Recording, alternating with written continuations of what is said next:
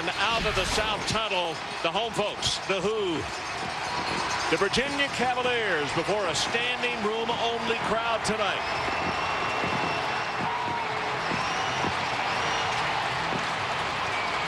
We got big doings here in Charlottesville in an ACC matchup. Florida State, Virginia. Kickoff coming up. ESPN's College Football Saturday.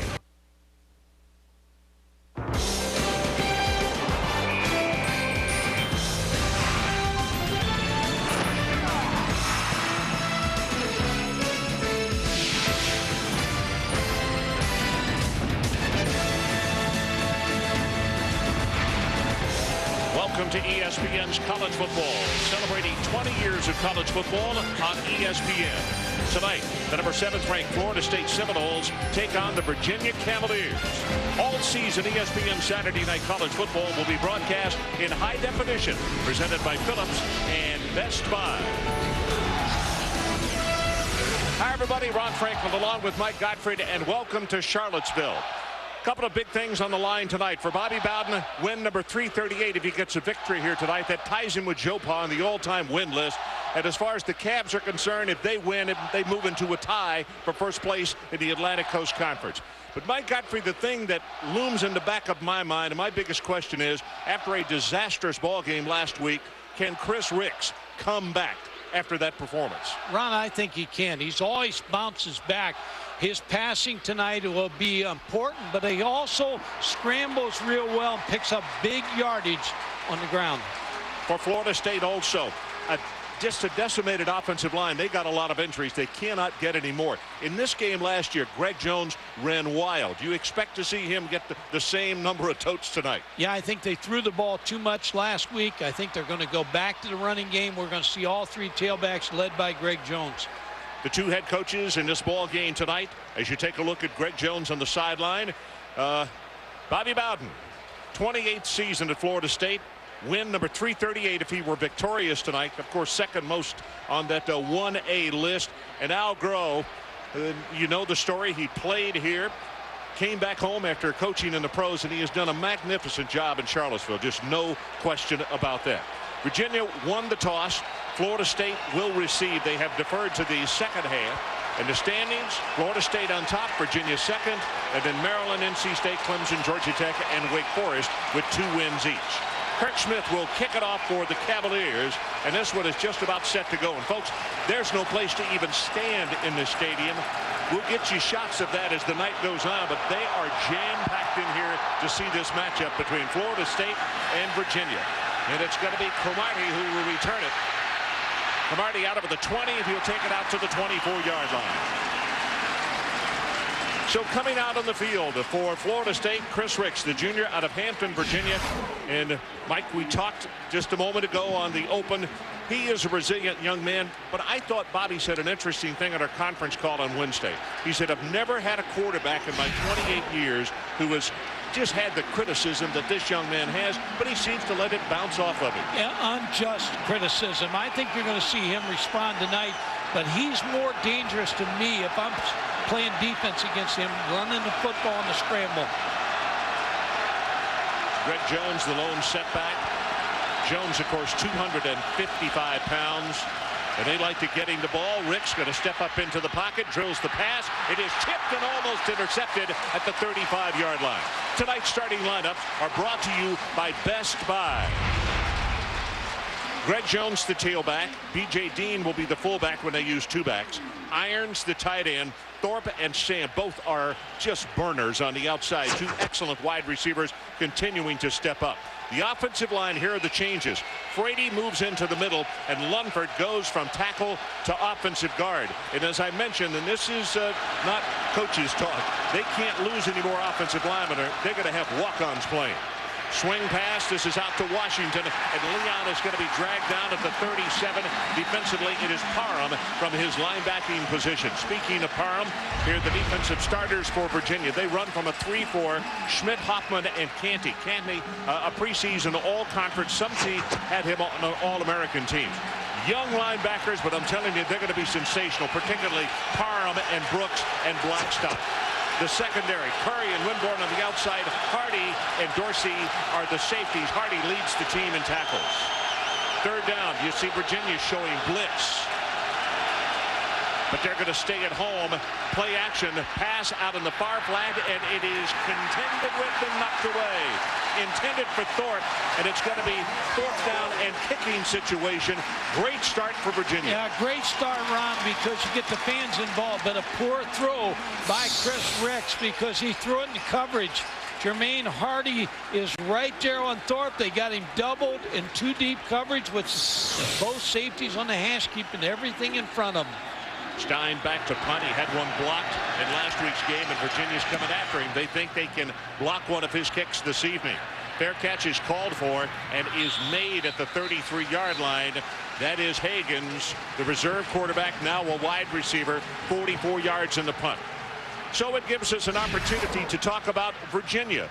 Matt Schaub out with a shoulder injury in the very first game. Mike, he's an outstanding individual, and I think an outstanding football player. A drop back passer. Ron has a good feel for his tight end, Heath Miller. He needs some wide receivers to step up and give him big plays. Good field position for the Cavaliers to open the ball game. They go play action, swings it out, and he's got Ottawa Anderson, who crosses the 35 to the 38-yard line. Tonight's starting lineups brought to you by Best Buy. And here are the remainder of the offensive starters. Tierman at tailback tonight since Lundy is injured. Lazar is the H-back fullback.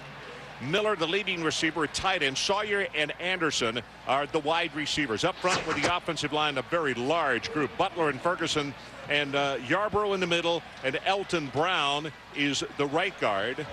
Barthelmess is the left guard, and an injured player down for Florida State. And it looks like that is Stanford Samuels, senior out of Miami Carroll City, who is down. Very good defensive football team, Florida State. Samuels up, good sign. Mike, much akin to the better Florida State teams. When I sat down on my computer this week and started putting together the defensive starters, I almost couldn't get it on the regular page because Mickey Andrews is playing so many kids on defense. And it's not to find out who can play. It's because he's got so many good ones. So much depth on this defensive team. Second down, quick pass near sideline. Got this one complete to Sawyer. So he opens up instead of going to the tight end. He hits a wide receiver on the first two plays. Here are the starters on defense after that 14-yard gain for Florida State. Two outstanding pass rushers in Emmanuel and Moore. Dockett, this is unheard of. He averages almost 3 tackles for loss per ball game. Best group of linebackers in the ACC, Boulware and Pope particularly, and Augustin in the middle. And in the secondary, McFadden and Samuels at the corner, Ward and Carter are the safeties. First down, Virginia. First trip across midfield. Quick looking pass, couldn't hold on. He had some heat on that one to Ottawa Anderson. You notice, Ron, right away, Virginia throwing the ball quickly. The quarterback not giving Florida State a chance to sack their quarterback. They have 22 quarterback sacks. So you come in with a plan. We're going to 3-step drop and throw the ball and frustrate this defensive line. Because the coaching staff readily admits that when Schaub gets rushed, he is not a great athlete. He's a good athlete, but he's not a great one. And that's when he makes mistakes in the passing game. They fake the play action, roll it out again, got a man open, threw it behind the tight end, and this time he was going for Patrick Estes, a very big target at 6'7", 262 pounds. The other thing they're trying to do early in the game, misdirection play. That's 2 nakeds where they get the speed of Florida State working against them because they're such a fast flow team to the action of the backfield. Well, in talking with Mickey Andrews this week, the longtime defensive coordinator at Florida State, you know, his defense didn't play that bad last week. It was turnovers by Florida State, but actually only 1 real touchdown given up by this defense. 1 drive, 75 yards. Ball is tipped, knocked away, and he almost got that one stolen as covering on the play, the rover Jerome Carter, number 23. He got a hand on it. Good series by Florida State's defense. They took the little initial punch that Virginia gave them. Played good defense.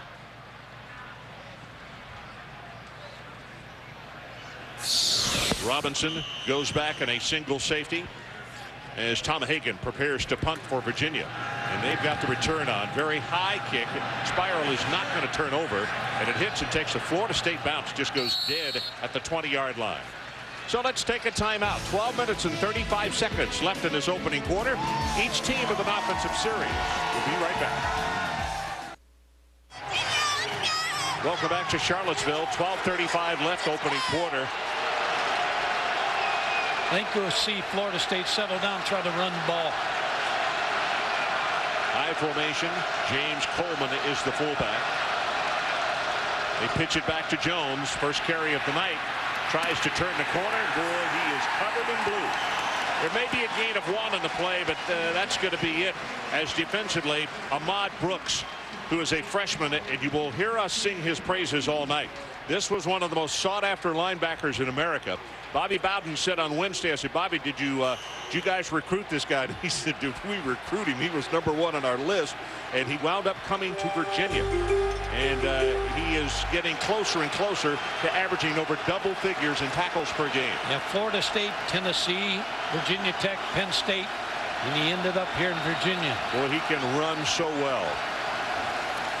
Play action by Ricks. Puts this one up the sideline. Got a man wide open, and it's Thorpe. And Thorpe breaks a tackle. He's off to the races. You're not going to catch him.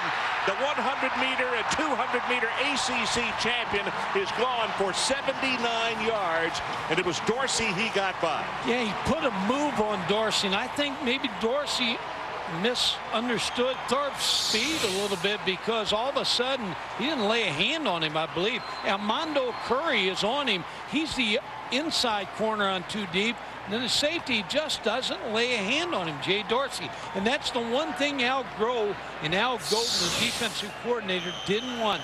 Big plays. Bethia to attempt the extra point. That was the point they made. You're exactly right. In our visiting with them, is that Florida State loves to hit you in the mouth early and then build on that, and they can get even more reckless on defense. Bethia is good with the extra point, and this house that is packed has become very silent at the 11:41 mark. We'll take a break, and as we go to commercial, you're watching the man who won the ACC, the 100 and the 200 last year. So we're back in Charlottesville, and the crowd got hushed in a hurry when Craponzo Thorpe caught that pass. Made the move on a safety, and following the kickoff, we're going to show you again, and Mike will break it down for you and show you exactly what did happen on the play. But Thorpe shows that once he gets the football, you better at least have an angle or have a lot of speed, or the play's over. Bethia has the ball teed at the 35, and we're just about set to go.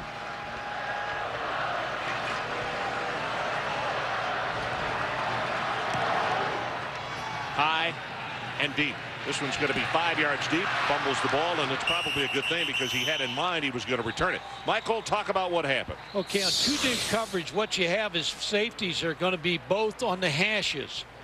And then the corner's going to come up and really try to push the receiver outside. I see the safety move back. Now all of a sudden Dorsey doesn't react, and then when he gets in position, like you said, he should have used the sideline. Couldn't use anything. His speed of Thorpe just took off. Boy, that one little juke right there, and that play was over. So from the 20, draw play right up the middle. Has 5, 6, and 7 yards. That is Pierman and Reese Davis. Let's check back with you. Ron, Taco Bell takes us to Stillwater. Texas Tech, Oklahoma State. 2-point lead for the Pokes. Les Miles calls for a fake punt on 4th down, and the Red Raiders snuff it out. That's how desperately he didn't want B.J. Simmons to have a chance to beat him. But have a chance he did. And Simmons on 3rd and 25, picked by John Holland. 100 points scored. Pokes win it by 2. 51-49, the final there. Pass over the middle, got it complete to his favorite target, Heath Miller, and that's catch number 31 for the tight end. 6'5", 256, a sophomore out of Swartz Creek, Virginia. Now on Heath Miller, you're always going to see that the tight linebacker Michael Boulware, number 58, is playing him man for man most of the time. because they have so much respect for him as a receiver. And Heath Miller is so good, but yet Boulware came as a receiver, then moved to defensive back and has a lot of speed as this ball is tipped, and now it is intercepted, and that is B.J. Ward who comes up with the turnover. And Virginia not doing themselves any favor right now, almost akin to what happened last week to Florida State against Miami. Now, Leroy Smith, I believe, made the play on the receiver Ryan Sawyer. Here he knocks the ball up in the air, and Ward comes down with it. Now Florida State, you worry about now if you're Virginia getting in a runaway here, because they're going to smell the blood right now. They may go deep on this play. Virginia staff is going to say that was very close to him being over the back to be able to tip that ball. Yeah. From inside the 50, straight ahead, B.J. Dean, the big fullback, and he will take it to around the 37-yard line, tackled by Brennan Schmidt. In 7 games, that's his 10th carry, so he's a blocker. Every now and then they'll give him the football. He's out of Tuscaloosa, Alabama.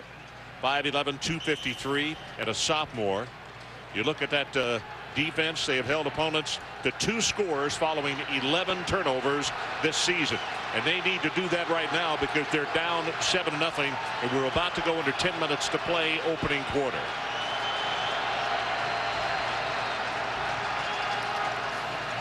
Pitch goes back to Leon Washington. Tries to turn the corner, hit at the line of scrimmage, and he's going to be knocked down actually for a loss.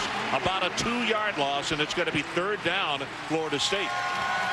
Jeff Bowden said about Leon Washington that every time he touches the ball, something big could happen here. And on the other side, you got a freshman, Ahmad Brooks, just working down the field and making the play on Washington. He and Blackstock combining. Blackstock is only a sophomore. 2 very young defensive players you're going to hear a lot about for 3 more years after this one. 3rd down. Line to make is the 32 of Virginia. Ricks will go from under center. Keep your eye on the tight end. They showed blitz, but they stay at home.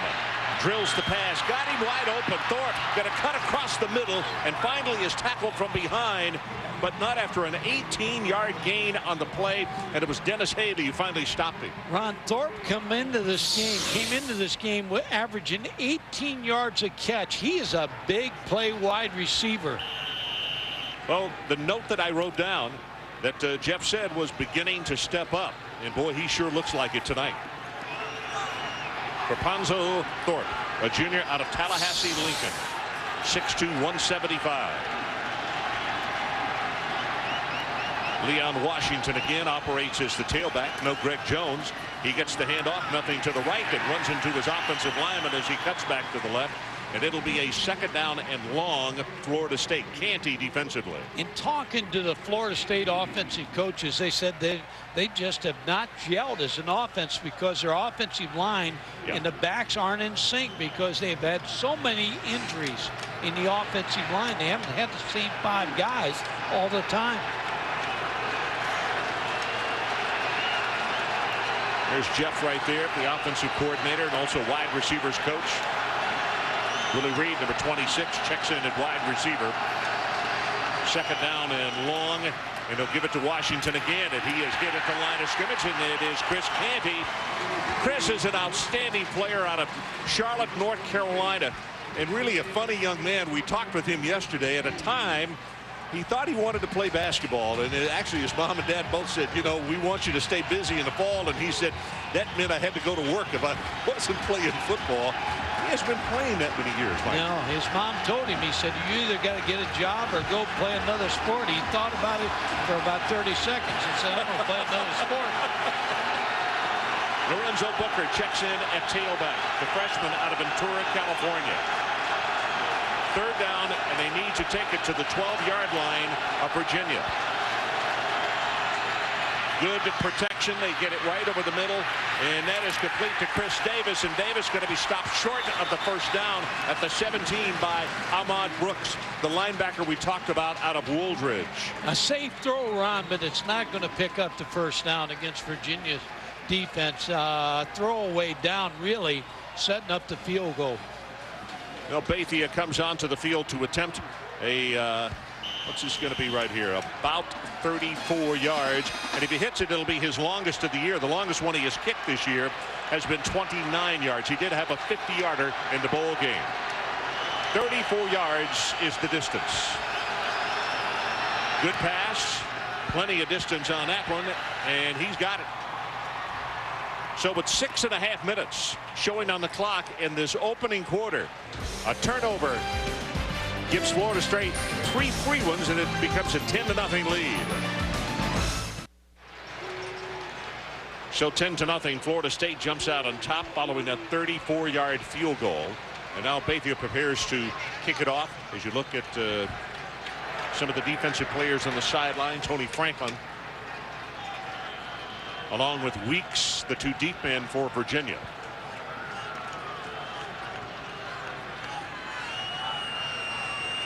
Bethea very deliberate in lining up his kicks.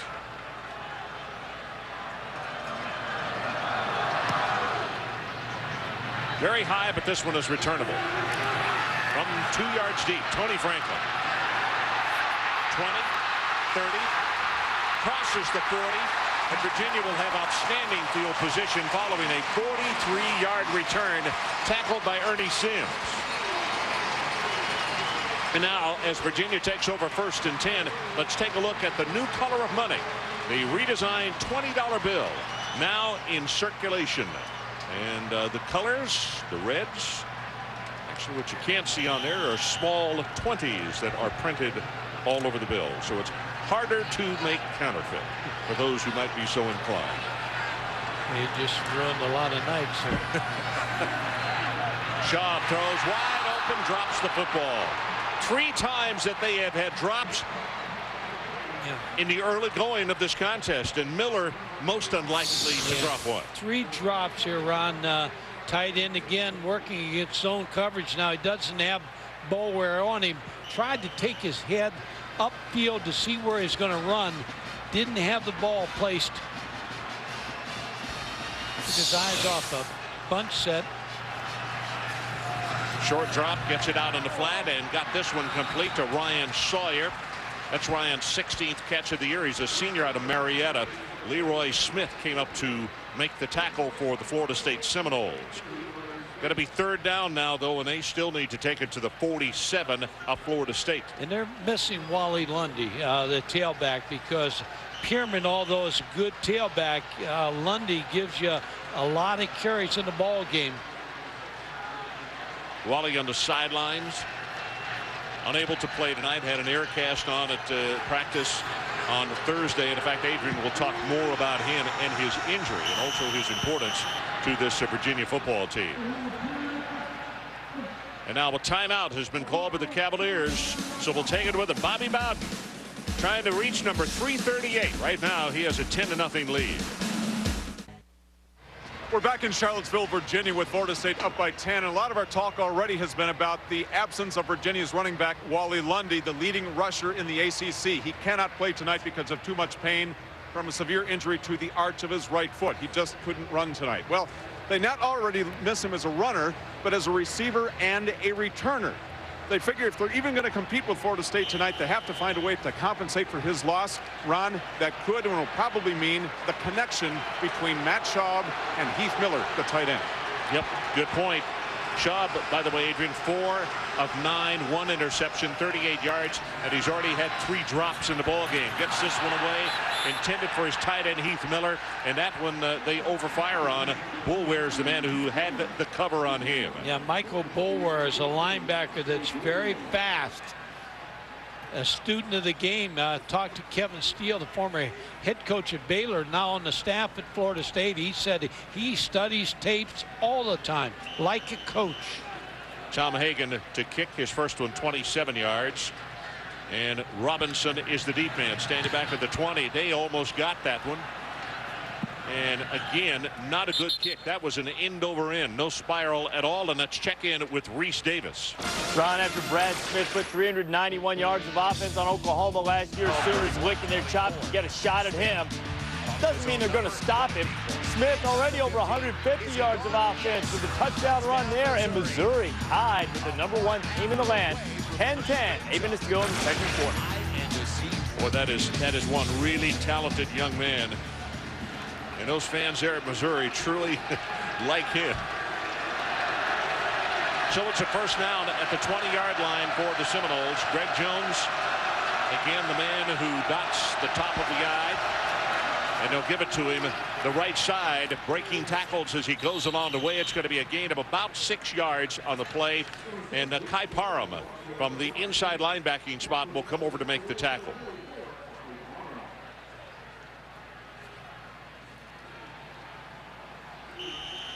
Clock going under 5 minutes to play in his opening quarter.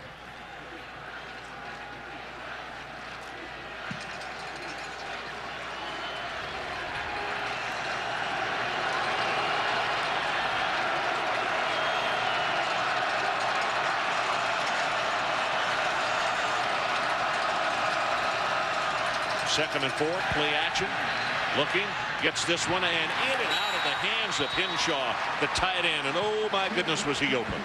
Had him wide open, Ron. A lot of drops tonight.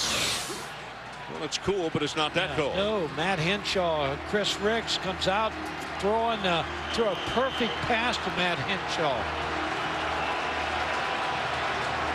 Both tight ends looking downfield before they catch the ball. So third down situation. Third down, they still need 4 if they want to hold on to this and move the chains. You see the numbers on Rick's, 4 of 7, 103.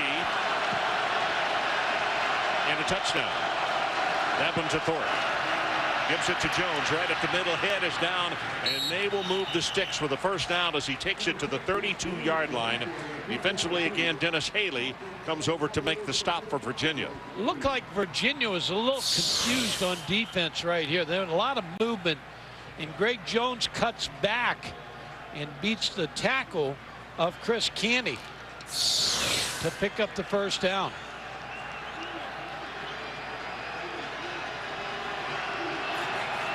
Leon Washington checks back into the lineup at tailback.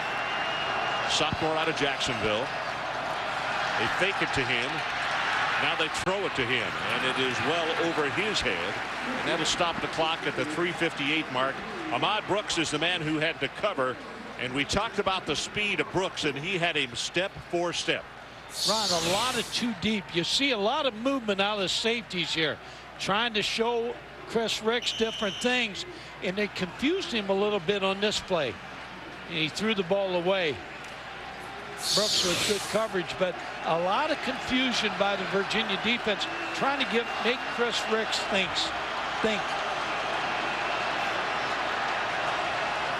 Second and 10, they pitch it back to Washington, and Washington hemmed in, cuts it back into the middle, and he's going to wind up with a gain of a couple. I don't know how, but he does. Ron, I think he was going to run a reverse. Yeah, and I think Washington wisely did not hand the ball off, because that play would have blown up. Leon Washington's going to get the pitch. Sometimes you'll fake that ball and keep it, so I don't know if it was a pre-designed play, but he made the right decision if it was supposed to be a reverse.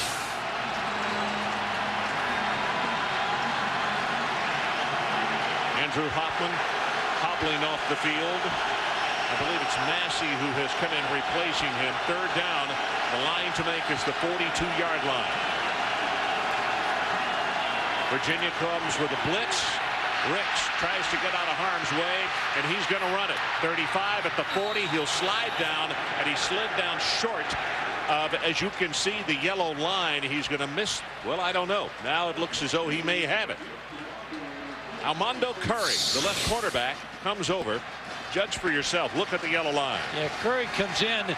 Ricks shows you what a good runner he is when he decides to bring the football down. He just did not pick up the first down. A little too early, I believe, but avoided the hit, but didn't get the first down. Stein with his second punt of the night. His first was 40 yards as we're late getting a player onto the field for special teams. Higgins, the deep man for Virginia, back at the 20-yard line. Very high, good coverage kick. And the Gunners are right there, so Higgins wisely signals for a fair catch and makes it at the 25. Well, tomorrow on ESPN at 11 a.m. it's Sunday Night Countdown presented by Old Spice. Join Chris Berman and the gang for week number 7 in the NFL. This week on Countdown, number 1, a look at Steve McNair. Number 2, trouble for David Boston and the jam session, Ricky Williams.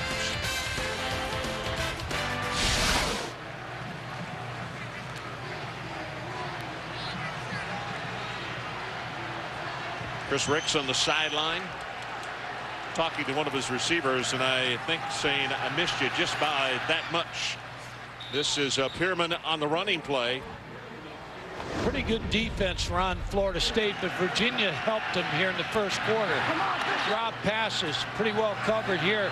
Here's a tight end, Heath Miller, taking his eyes upfield too soon. And 3 drops here in the first quarter that could have been first downs for Virginia. Right now they trail 10-0 at the 1:40 mark of the opening quarter. Schaub right up in the middle has that one complete at the 30.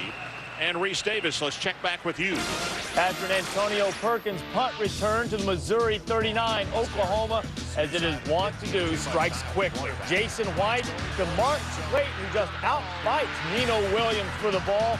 Give him 6, give the Sooners a 7-point lead about halfway through the second. Well, he threw the long ball extremely well when we had them earlier this year against Alabama. Oklahoma has great receivers. 3rd down and 5. You can see they need to take it to the 35-yard line, and flags all over the field. I think this is the first penalty of the night. Jack Childress, our referee tonight. The snap, false start by the offense. That's a 5-yard penalty. It's still 3rd down. One thing when I look at Virginia's team, they don't, when your tight ends are a leading receiver, that means one of 2 things. Kellen Winslow is a leading receiver at Miami. That means he's a wide receiver type tight end. But Heath Miller's a good tight end, but not a game breaker. They don't have game breakers. They don't get a big play. They have to work the field to score against Florida State or any team. Heath Miller, the tight end, you can see him flexed out. Schaub has the ball complete out over the 35. Good for the first down to Pierman.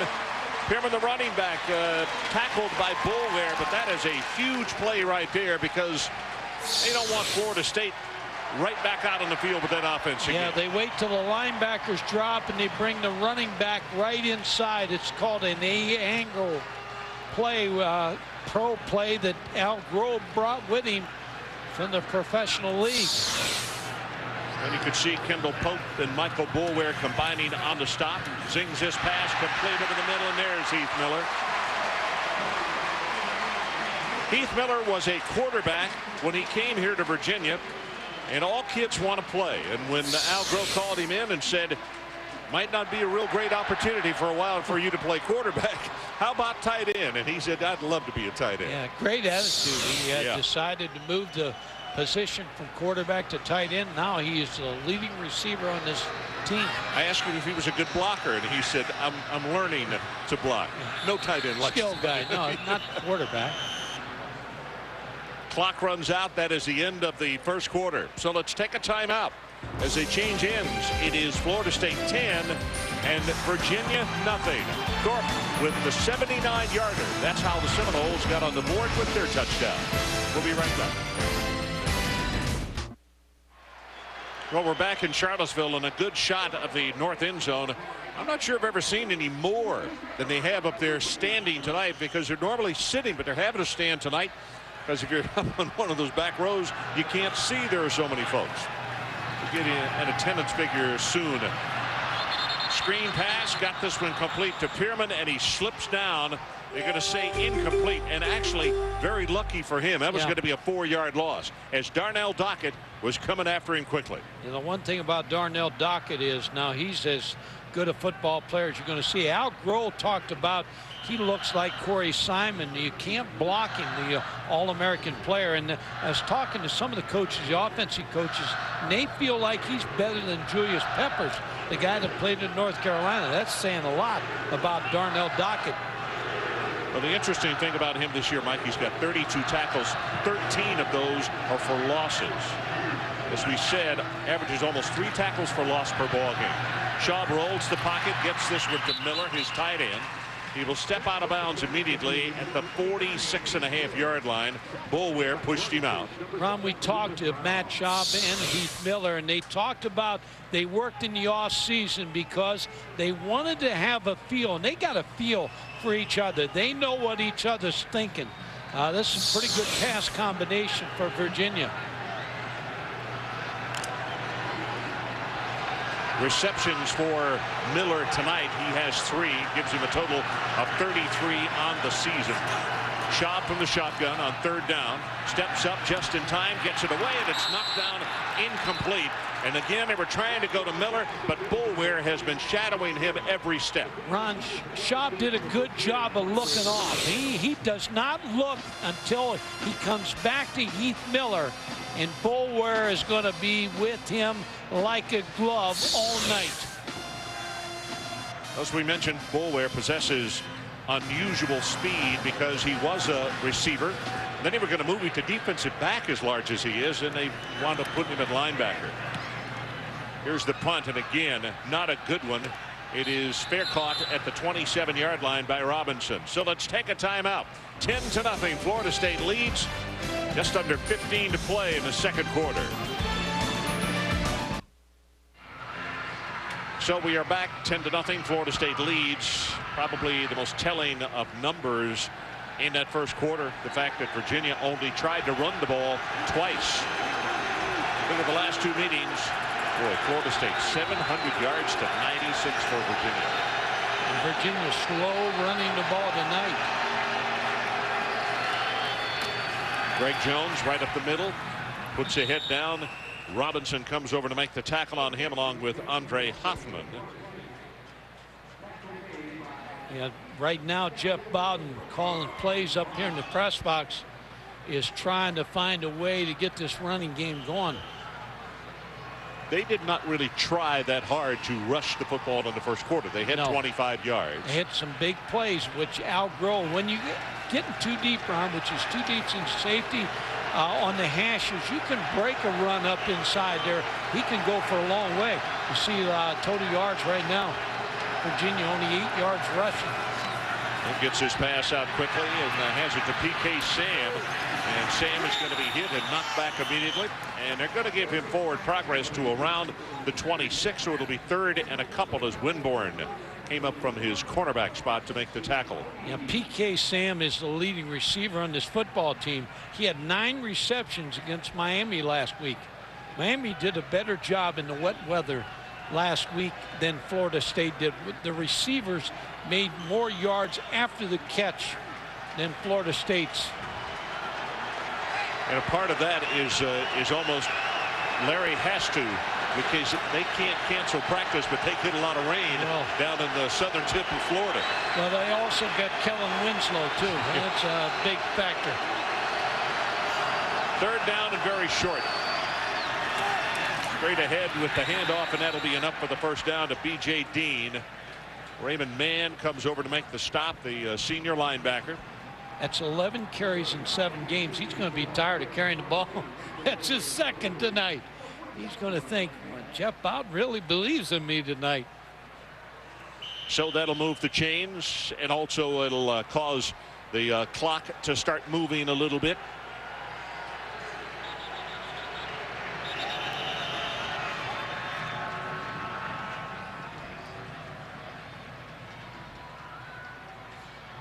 Now Jack Childress comes in, and are they trying to get a reset on the clock, or 25-second clock? Okay. I don't believe started. I was eating breakfast next to Jack this morning. He is from Mayberry, RFD. Did you talk to him about the rules and everything? Yeah. What did he say? Well, you got to be specific, Patrick. We talked about all kind of rules. Pass to the near sideline. That one is a little too tall for Sam, and it goes incomplete. Reese Davis, what do you got for us? We got Jason White on his way again for Oklahoma. This is a 4th and 6 play against Missouri. A little too far for long field goal, and certainly you don't want to punt it. So Juwan Rankins takes that 4th and 6, slips a couple of tackles, and scores himself a touchdown. The Sooners are up by a couple of touchdowns on Mizzou late in the first half. And look at this, Washington State struggling with Stanford, 21-14, around 3 minutes to go.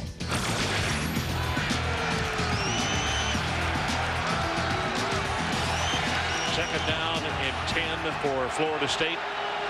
Their lone touchdown came on a home run to Profanzo Thorpe. Play action. They try it again up the far sideline, and they battle for it. Incomplete. Number 22, Armando Curry. His teammates call him Muffin. He's had that nickname since he was back in high. Actually, as a kid, his grandmother gave it to him. Said he's a bad muffin, too. Well, he said he doesn't even like muffins. Thorpe could have been called for pass interference here. He has hands all over Curry. And probably you just say that is a good no call. Third down and 10. Crowd coming to their feet on the near side of the field, hoping that the Cavaliers can come up with a defensive stop here and get the offense back onto the field of play.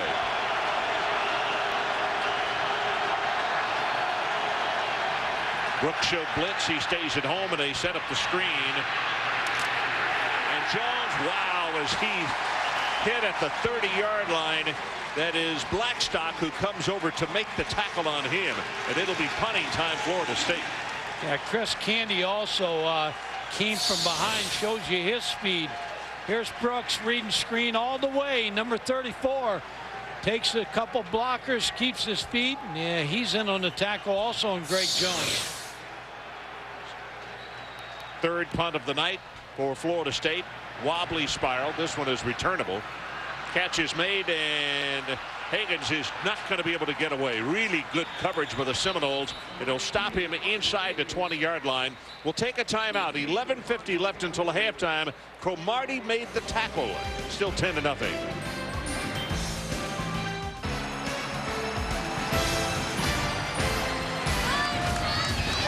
10-0 Florida State. 11:50 showing on the clock, and Virginia will be taking the ball over at their own 22. They need some big plays. They can't take the ball 80 yards against this defense. Too much speed, too much talent by Florida State. Schaub gets this one off to his running back Pierman, and Pierman hit immediately. A gain of only 3 on the play, and McFadden from his cornerback spot. And Ron, when you look at Virginia's wide receivers, they have 3 catches tonight for 28 yards, but in the first 3 games they didn't do much, but the last 3 games they averaged 160 yards in the passing game. Now, one of these wide receivers has got to get hot tonight to help Matt Schaub. Here comes the blitz on the part of Florida State. Pierman runs for his life, hit at the line of scrimmage, and he's going to be knocked down by Augustin, the middle linebacker. And this kind of speed, a lot of times against a team like Florida State, you got to make up your mind. You got to kind of take it at them rather than slow stuff and stringing them out. Yeah, you go wide, you're going to regret it, I believe. Augustin just shuffled right down the line of scrimmage to make that play. Wally Lundy on the sideline, unable to go tonight. Got a foot injury, had a hamstring earlier. You look at time of possession, it is over 12 minutes Florida State and 6:48 for Virginia. Third down, they're 1 of 4 on third down conversions tonight. Blitz comes right up the middle, and they hit the quick pass, but it's short of the first down, and they will have to punt it back. Sawyer on the receiving end. I think Florida State has figured out the same thing. Watching the wide receivers, they're not a threat to take them deep, so they're tightening up and making them Matt Schaub really work to get a first down. Tom Hagen, his first 3 punts, an average of only 29, his longest 31. 2 of those were inside the 20, though.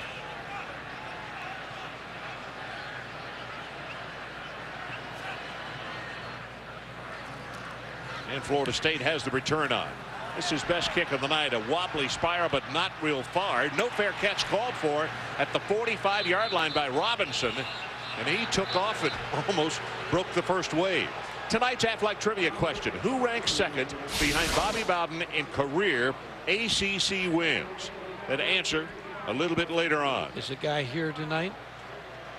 Doesn't say. I don't know if you don't know the answer. I don't know the answer, but I'm wondering if the guy's in the stadium tonight. Well, I would imagine he would be then. Okay, all right. I think I know who it is. Well, I think he does too. You know, it was a great juice that. I didn't see the answer. I'm just reading along with the people at home. You're making it sound like I did. I did not, but like I said, there's a grape juice that might have the same name. Jones breaks a tackle as 5 and 10 now counted off at about 13 yards before Jay Dorsey makes the tackle. Reese Davis, let's check back with you. Oklahoma's Antonio Perkins needs 1 punt return for a touchdown to tie the NCAA career record with 7. Punt made. You advise Carl Durrell of UCLA to do what? Kick it away from Antonio Perkins. And what would you say to Gary Pinkel of Missouri? Kick it away from Antonio Perkins. Good plan. He took 3 back against UCLA. He took that one back and almost taken 1 back earlier. OU's rolling. LSU's up 2 touchdowns. Boy, those kind of weapons, offense doesn't have to do a heck of a lot, does it? Score fast. First down and the ball inside the 40-yard line. And it's going to be Jones again. Breaks a tackle behind the line of scrimmage and is going to fight it down to close to the 34-yard line. Last year against Virginia, 173 yards rushing, 8.2 average. And Ron, we talked to Armando Curry and we asked him, did the coaches mention that run he made against North Carolina and hit the defensive back? And he said, yeah. He said, we saw that a bunch. I'm going to tackle him low. For people who did not see that run, wow. Jones has got 6 carries for 37 yards, where he just gave a forearm shiver to the defensive back who was jettisoned off the turf. Flag comes down, and as Washington is stopped after a short gain, that probably is going to be offensive holding from where the flag came. But again, Chris Canty, who is having a good game defensively for Virginia, is there to make the stop. Thought Chris Canty's story about how he came to Virginia. He was in training camp. They put him as a freshman on offense and defense, and he said the defensive coach was real nice to him, gave him water every day, and he went to tell all the defensive players, said, your coach is really nice, gives us water, and they all looked surprised. And then they switched him to defense. He said, coach took a 360-degree turn. He said, I never got any more water. That's the first penalty against Florida State tonight, and it pushes the ball back to about the 44.5-yard line. Canty came here as a tight end, and they moved him over to the defensive side of the ball quickly. Leon Washington again is the tailback as Ricks comes with an audible. Ron, if you're going to run tight, 2 deep coverage, a tight end is a good weapon against 2 deep coverage. Washington at the right side. He gets hammered at the line of scrimmage. It is Brennan Schmidt who was there to make the initial stick on him. Good run defense by Virginia. Got a pretty good front. Also, great linebackers. The 2 teams that Florida State has played this year that really stopped them running, Miami, of course, last week, and also Georgia Tech shut down their running game pretty good. And Georgia Tech, John Tenuta, defensive coach, as good as anybody in the country, and they have good personnel on defense, but he does a great job coaching. Third down, they need to take it just inside the 29. 10-0 lead, Florida State. 7 minutes, 49 seconds left until halftime. And they go straight up the middle. This is going to be well short, but it's a safe play as again Schmidt is there defensively for Virginia. An unusual call there on 3rd down, trying to catch Virginia sleeping a little bit. Now they're going to try to punt him in the hole. Jesse Stein comes sprinting on, and now the remainder of the special teams. This is the 4th punt of the night. And Marcus Higgins goes back deep for the Cavaliers. They're coming after him again. Tries to kick this one out of bounds. Kicks it away from Higgins. Takes a favorable bounce for Virginia, and Higgins gathers it in. It's a 7-yard line. We'll take a timeout. Cavaliers will get the football a long way away. 31 yards in that kick. 10-0 Florida State leads, and the answer to tonight's Aflac trivia question: who ranks 2nd behind Bobby Bowden in career ACC wins? Not a well-kept secret. George Welch of here at UVA, 85 wins. Bowden passed him on the all-time list last month with that victory over Georgia Tech. I saw George yesterday. He's here tonight in the President's box. A great football coach. Worst field position of the night by UVA, and that pass off the mark. Adrian Karsten down on the sideline. Let's go to you. Ron, Wally Lundy not only leads the conference in rushing, but also in rushing touchdowns. So, Wally, the question becomes, what was the game plan coming in here tonight without you? I think the game plan was the same as usual. We're a team that fights through adversity, and if somebody goes down, somebody else is there to pick up our slack. This is adverse. What are you guys talking about on the sidelines right now? What do you have to do? We need a big play. We need somebody to step up right now for the half. Who's your favorite ESPN announcer? You. Oh, Ron. Oh, was that rehearsed on Thursday at practice? You know what happened? Excuse me. Hagans came in the ball game just now trying to get somebody, but this is Pierman, and he breaks it out across the 25-yard line.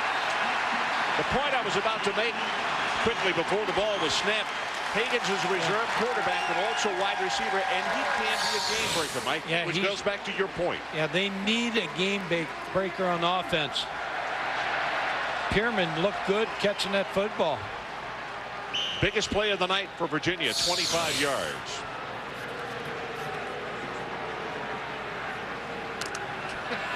Who's your favorite? I'm gonna tell you the answer to that too after this play. Blitz coming right up the middle. Shaw gets hit, delivers the pass complete, got it to Estes. Patrick, a good target at 6'7". Beg your pardon, 37 instead of 87. Ryan Sawyer. Yeah, Ryan Sawyer makes a good catch on this, but you can't throw this football any better than Matt Schaub throws it right there. Leroy Smith, a junior out of Quincy, Florida, making the tackle. Stops the clock, 6:44 remaining until halftime. It's still 10-0 Seminoles. Pressure off the corner. This is to Miller. And Miller will find across midfield. Ball is loose. Florida State thinks they have it. They do. Now officially, Florida State has recovered. A tough break for Virginia, because when you look at this Florida State football team, the one thing Ron Prince, the offensive coordinator, said they do a good job of tackling the ball and stripping the ball, and they cause a fumble. Augustin caused the fumble, and Leroy Smith is the man who made the recovery.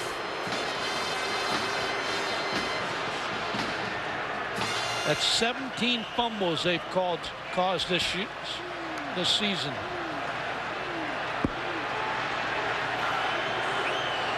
Greg Jones again operates at tailback. Play action to him, and the pass, this one well off the mark. Looking for Thorpe, but they had double coverage on him that time. Ron, I want to finish that story about Wally Lundy. I was on the practice field, and Wally Lundy asked me, he said, "You know Stuart Scott?" I said, "No, but I see him every now and then." He said, "He's my favorite announcer." I said, "Well, he can't help you tonight in this game because he can't get you interviewed." And he said, "Well, who can get me interviewed?" I said, "Adrian Carson." "He's got to be your favorite announcer." He said, "That's why he's his favorite." Adrian, you were #1 all along. Play action again on second down, stepping up, and this one got it complete. PK Sam juggled it a little bit, but he makes the catch at the 32, and it's good for 17. When you play too deep coverage with the safeties deep on the hash, keeping everything in front of you, all of a sudden dig routes, which are routes where they come inside with the wide receiver, you're going to see PK Sams come in, run inside those safeties. They're open.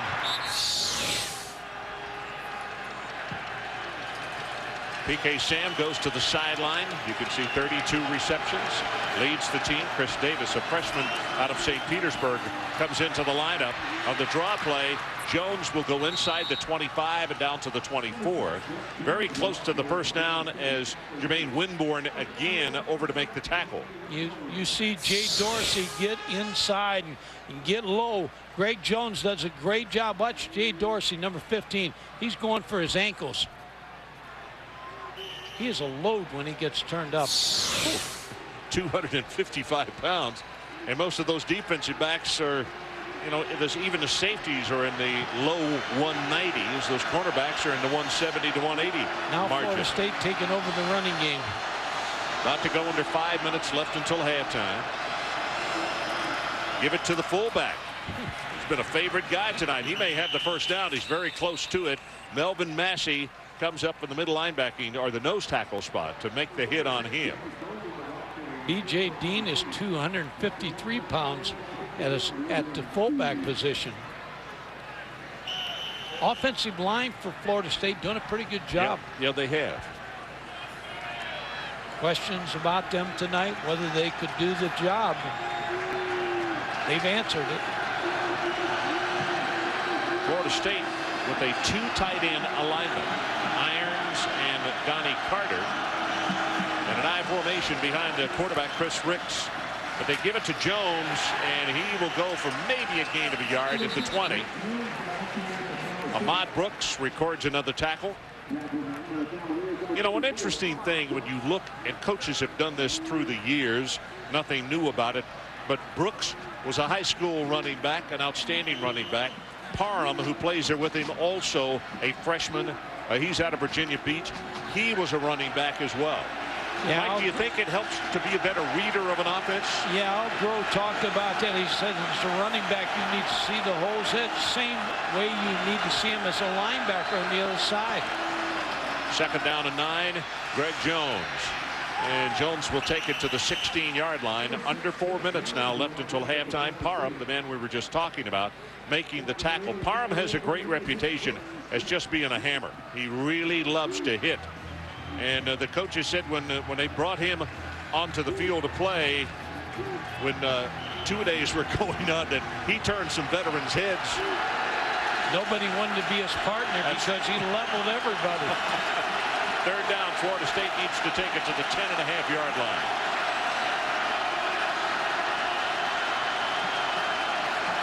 Ricks, short drop, quick pass, incomplete, drop by Sham.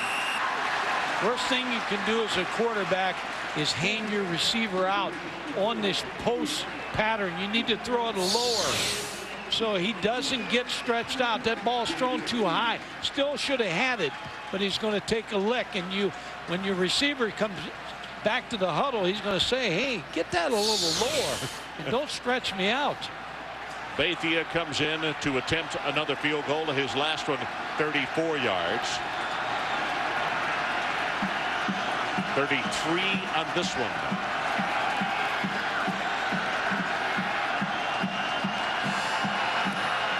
He kind of got under that one. Still got plenty of distance on it. And it's good. And we got a marker down as there was movement in the interior of that formation. And it looked as though maybe Schmidt. Well, let's see. It was not Schmidt. Actually, it was against the offense, so they'll step off 5 yards and push this one back. It'll be a 38-yard attempt this time.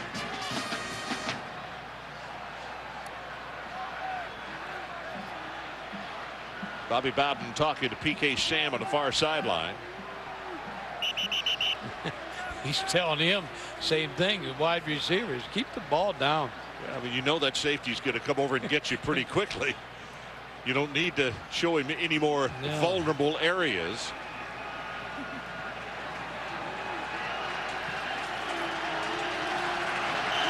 So they're going to line up and try it again. This one from 38 yards away.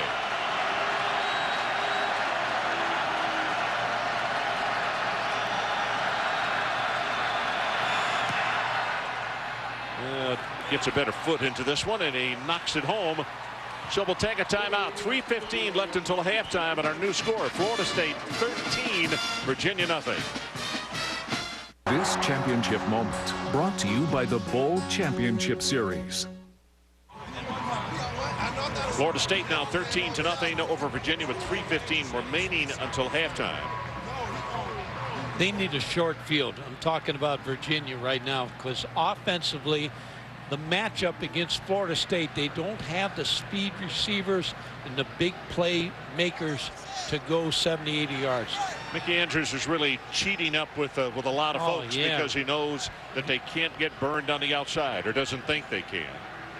Marcus Weeks and Tony Franklin, the two deep men for Virginia.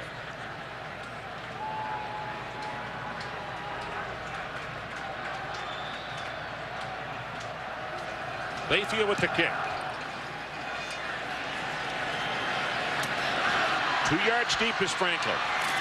Whoa. Got a block in the back, too. Same guy that made the tackle. Got blocked in the back. Stopped at the 14, and it's Ernie Sims who was there. You know, you were asking if Jack Childress and I talked about rules this morning at breakfast. What I was asking him more than anything also was interpretations by different conferences and what the different conferences push. And of course, the SEC has really put a push on for not having the tackles on the line of scrimmage. And he said, if a guy doesn't have an unfair advantage, we're not calling that as much. So as Virginia takes it over 1st and 10, let's take a look at the new color of money. The redesigned $20 bill now in circulation around the country. Have you gotten one, Mike? I usually have 1s and 5s, Ron. 100s and 500s is what he means, folks. I know the big spender. $1 and $5. Schaub lobs this one and just throws it away, probably wisely. Marcus Hagans, the man we were talking about on that last offensive series, was the gentleman he was looking for, but he was well covered, and they did not want to take a chance on a pickoff. You figure Florida State came off that Miami game, lost the game, but Bobby Bowden and the staff still tell them we can win the ACC. A lot of strange things can happen to a lot of teams. We may be able to get back in that national playoff picture. Don't give up, and that's the story he's telling his players. Schaub on 2nd down. Boy, big pressure off the corners. Pass complete to Pierman. And the running back gets some rude treatment at the 12-yard line. A.J. Nicholson, who the Florida State coaches think is going to be one of their next great linebackers, number 54, makes the tackle. Ron, what they do is they clear out the linebackers with a tight end, and the running back's going to go out here and come inside the linebackers.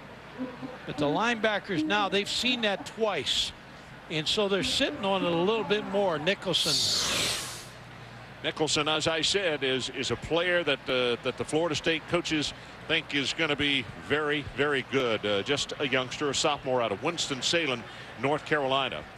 And a timeout taken to stop the clock at 2 minutes and 50 seconds left until halftime, and 13-0. Reese Davis, let's check back with you. All right, Ron, coming up on the Pontiac High Performance Halftime Report, a patented Sooner explosion, the showdown in the Big Ten. Chris Lee and Kirk were there. We will hear from them, and we'll also delve into the fight song frenzy.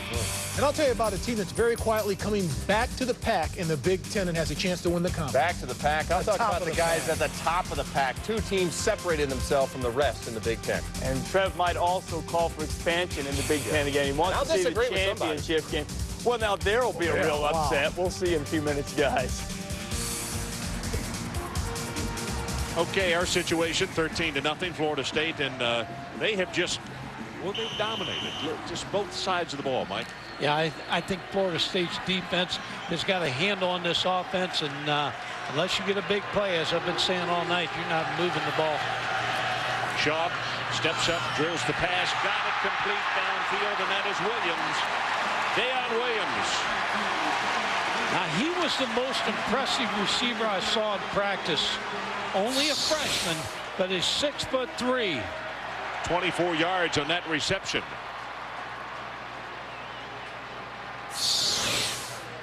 Biggest play they've had on offense. Boy, a big push coming up front from the down defensive lineman of Florida State. Here they come again. Schaub steps up, gets it over the middle, has it complete. Hagans falls down. And again, they're just having to do things so quickly because there are bodies flying in every direction. Kendall Pope makes the tackle for Florida State. Ron, you're so very right. When you have 22 sacks, you know you got good defensive linemen. You got to get rid of the ball fast. Hagans may be the quarterback of the future, but he's playing wide receiver now. Chris Ricks warming up on the far sideline. Hagans is sophomore. As Pierman gets the handoff, gets tattooed, breaks off the tackle. That is a great second effort. Boulware finally makes the stop, but I think the youngster moved the chains at the 146 mark. This would be big for Virginia and big for this crowd if they can get some points on the board. Since that big touchdown to Thorpe early on. This crowd has been taken out of this football game. 2 timeouts left for Virginia. Spending a lot of time right now getting ready for this play. Ryan Sawyer, number 37, checks into wide receiver.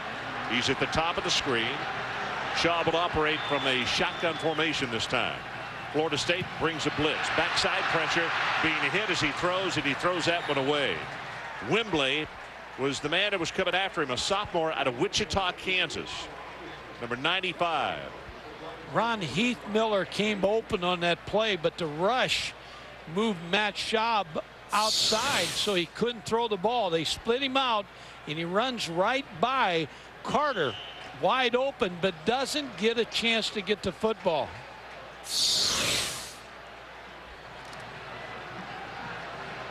I think the Florida State coaches next door to us saw the same thing, because they're pointing. Yes, some demonstrative comments coming from over there.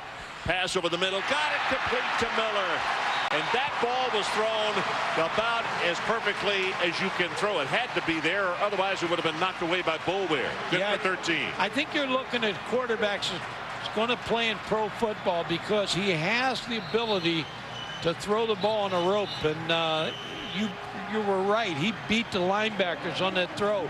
Heath Miller did a good job of concentrating. So Florida State, Mickey Andrews and his team wants to talk it over. 1:09 showing on the clock until halftime. And Mike, do you just keep on going to the well? Do you keep going to the tight ends? Just keep throwing, because you can't run the ball, a draw play or a screen pass, but I think I'd still work for Miller and the young receiver Williams, the freshman.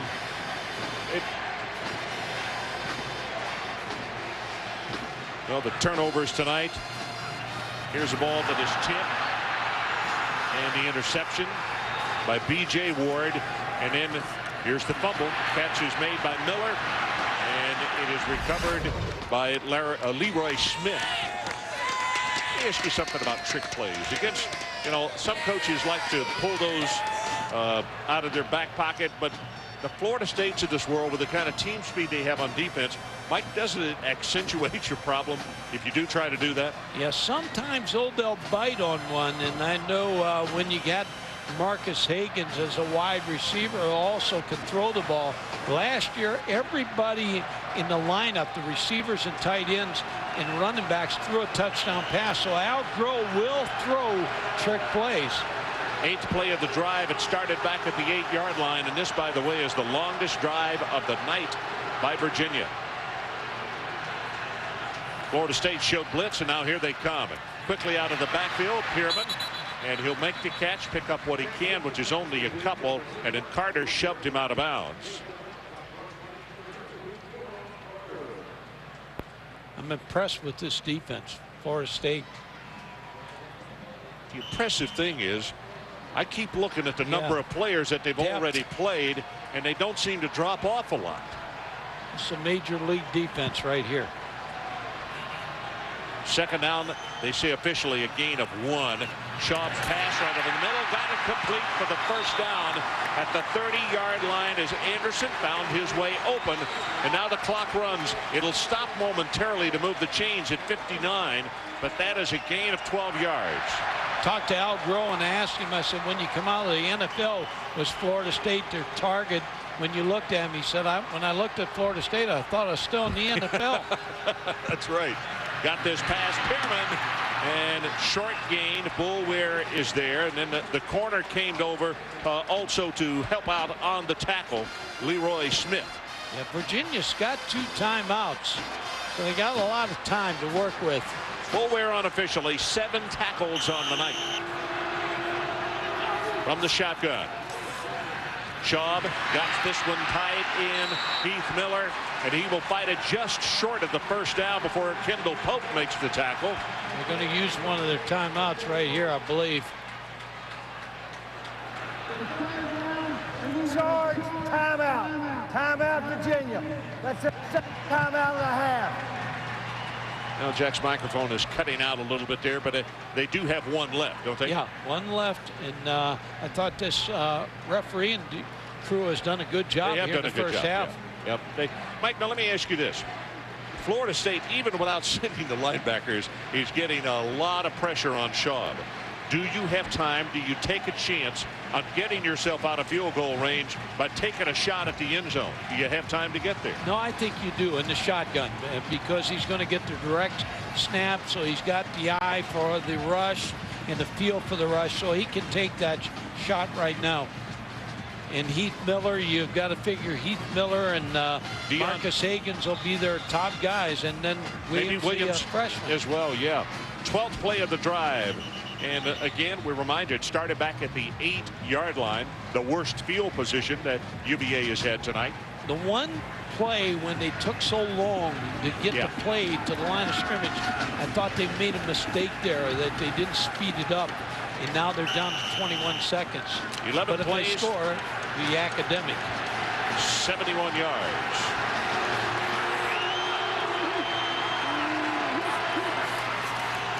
Anderson in motion. Get this one off quickly. Blockers in front. Pierman cuts it up at the 10, at the 5, touchdown, and there was a flag down across the way at the 12-yard line.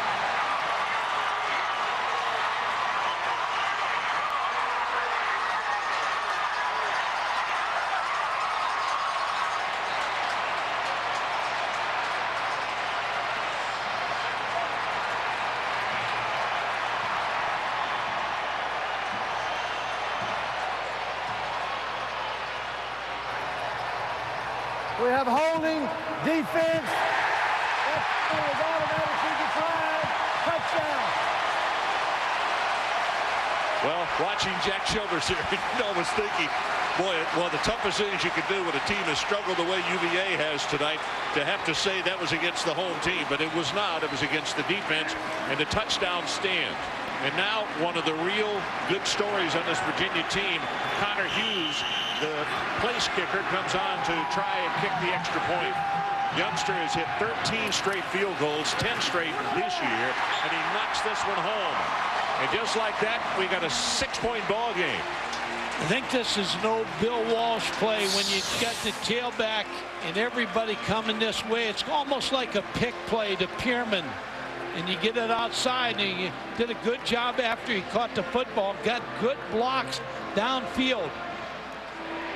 Use the tight end and wide receiver to kind of erase man coverage, and you're in the end zone. It was Miller with the block out there, and of course he had been covered immediately by the defensive player, and then he just locked him up with a block, and Pierman takes it in. Good for 21 yards, and it's a 13-7 ball game.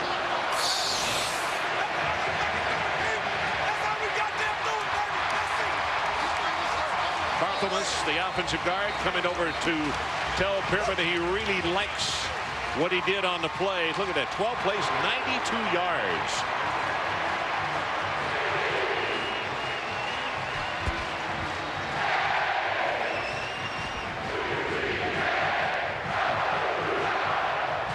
You know, Mike, you don't even have to really ask this question, but we double checked. That is the longest drive against Florida State this year. They're hard to go 92 yards up. Well, they really are, and we just got done saying I didn't think Virginia could do it, but they put together some nice short passes.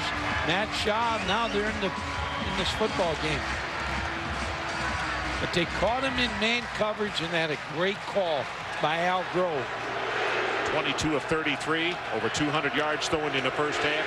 Kurt Smith to kick it off. And this one is returnable from the goal line. It's Cromartie. Cromartie, whoa, he gets sandwiched at the 14-yard line. And you think the Cavaliers aren't just a little bit pumped up right now. Back to the touchdown. Mike. Here's the play, Ron. You're going to see the receivers come down, and it's like a pick, and then you get the ball to Pierman here. You got everything working inside. Now you got the tight end inside, the wide receiver, and not the ball thrown out to Pierman.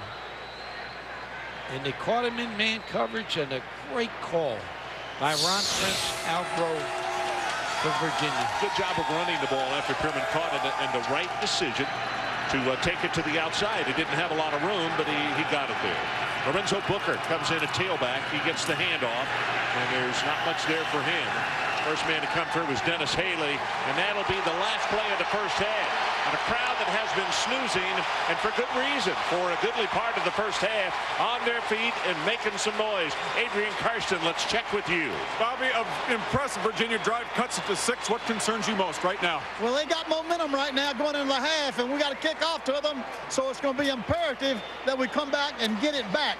We had it for nearly 58 minutes. I mean, excuse me, it's been about 28 minutes, but they had a great drive, and I was scared of that. I mean, they're a very dangerous football team, as you saw. Greg Jones is running hard. Is it run or pass first in the second half? For us, well, I think we've got to do whatever they don't think we're going to do. If they're going to play the run, we're going to have to throw it. If they're looking for the run, or if they're looking for the pass, we need to run the football. We'll be ready for the guessing game, Ron. Coach, thank you. All righty, so our halftime score, Florida State 13-7 over Virginia. Now here's Reese Davis with a Pontiac High Performance halftime report. I think it was right. Saturday night, revolution renegade. We're on a mission to love salvation. The breaking, youth is on the loose. Tonight, I'm shouting out loud. Saturday night, Saturday night, Saturday night. We gotta do it right.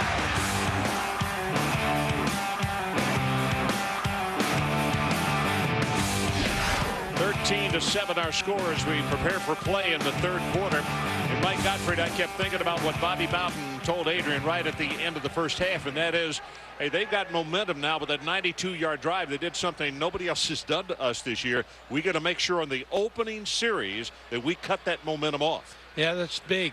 I thought Matt Shaw played as well as any quarterback I've seen all year on one drive, fitting the ball in on to Heath Miller and the wide receivers on that drive. I mean, there wasn't room for error there, and he didn't make any errors. And I thought he did a great job. You're right. Adrian Karsten, let's check with you down on the sideline. What do you got for us, big guy? Quite honestly, Virginia feels pretty darn good coming out of that tunnel run. Al Grove told me we have already beaten the formula of disaster, quote unquote, that we all know that this team, Florida State, travels with everywhere they go.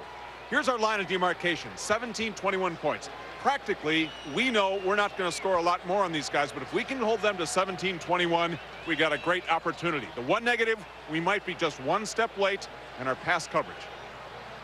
You know, Mike, that's the question that you posed to him yesterday, and I was interested in that remark that realistically for Virginia to win this ball game, that they needed to keep them within that range, 17-21 points. And the way things have gone tonight, I think 17 is more realistic. Yeah, I think if they can keep it in that range, they have a chance to win this game. Matthew with the kickoff, and it's going to be returnable 1 yard deep. Tony Franklin. And Franklin this time is not going to make the 20-yard line. He gets knocked down very, very hard. So game tracks for the first half, and this is the way that first 30 minutes went. Thornton, look at this play right here. 79 yards, the one little juke, and the sprint champion of the ACC was off and running. Greg Jones, the big tailback. 173 yards last year. Not that many in the first half, or even half that many in the first half. But this is the scoring play of the 92-yard drive, Pierman. And that's how we stand. That pass complete, and that is Anderson, who is on the receiving end close to the 20-yard line and is knocked down by Kendall Pope. The rushing game, as you see, is without Wally Lundy. That's not saying anything about Alvin Pierman, because Alvin Pierman took that pass and did a great job with it. But when you don't have the two running backs, they can't run the ball. Good look at Wally on the sideline. And here comes the running play.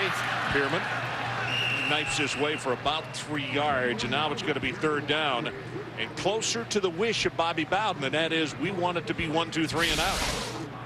Well, the first half possessions by Virginia, you see punt, interception, all the punts and fumbles, and then they finally solved Florida State's defense just before half. But you raise a good point.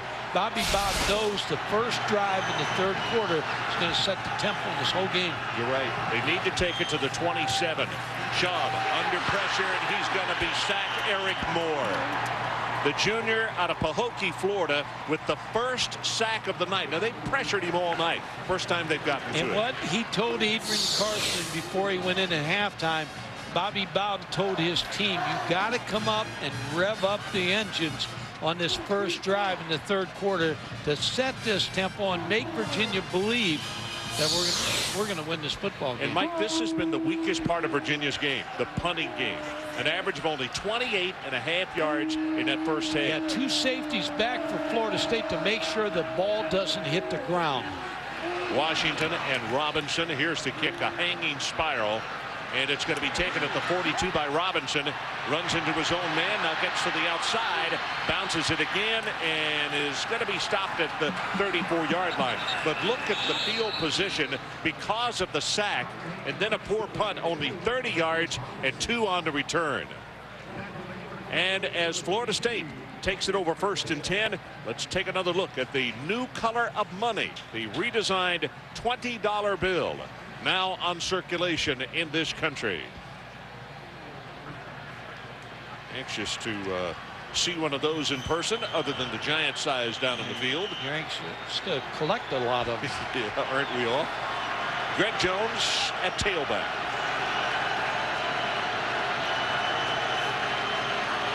Chris Ricks gives it to Jones, right side, hit at the line of scrimmage, and he'll be tackled at the 31-yard line. Adrian Karsten, back to you. For the first time since late in the first quarter, starting nose tackle Andrew Hoffman, number 60, is back in the game. Sprained right ankle, but heavily retaped, and he's got actually a shoe on that's a half size smaller because he doesn't want any movement in there. Significant run because his backup, Melvin Massey, nowhere near as big nor as fast. Hoffman, one of the best pursuit men they have, and you know how important that is against this Florida State offense. Yep, that's for sure. Thanks, Adrian. It is 2nd down, Florida State, and about 7 yards to pick up the first. They need to go to the 23. You see Virginia creeping up. They're going to keep it on the ground, and a gain of maybe a half yard on the play, and it's Chris Canty again making the tackle. 5 tackles for him, and here are the first half stats. Yeah, the big thing is time of possession. Florida State didn't walk away with a big lead. They possessed the ball a lot. Now Virginia only 13 yards rushing. Those are the 2 things that stand out. Big play right here. 3rd down. And if they don't get it, it'll be a very long field goal attempt. Leon Washington is at tailback. Ron, they've hit Thorpe on the dig route. Here comes pressure right up the middle, and he throws it away. Hoffman with huge pursuit coming right up the middle, and the ball was thrown too tall as he just had to unload it. Boy, you talk about a big series on defense for Al Groh, and Al Golden, the defensive coordinator. This is big to give Florida State the ball on that great a field position and hold them to nothing. You know, they don't have enough men on the field. Bethia. That's the first sign of a team not concentrating. Well, this is the 2nd time tonight that they've had to rush a player on at the last moment. Minrod comes on. 47-yard attempt.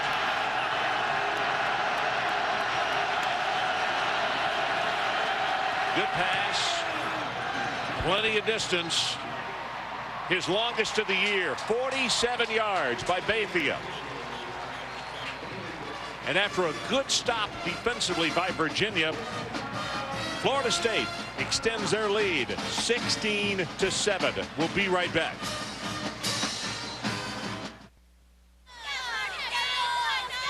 Well, the folks from Florida State happy about that 47-yarder.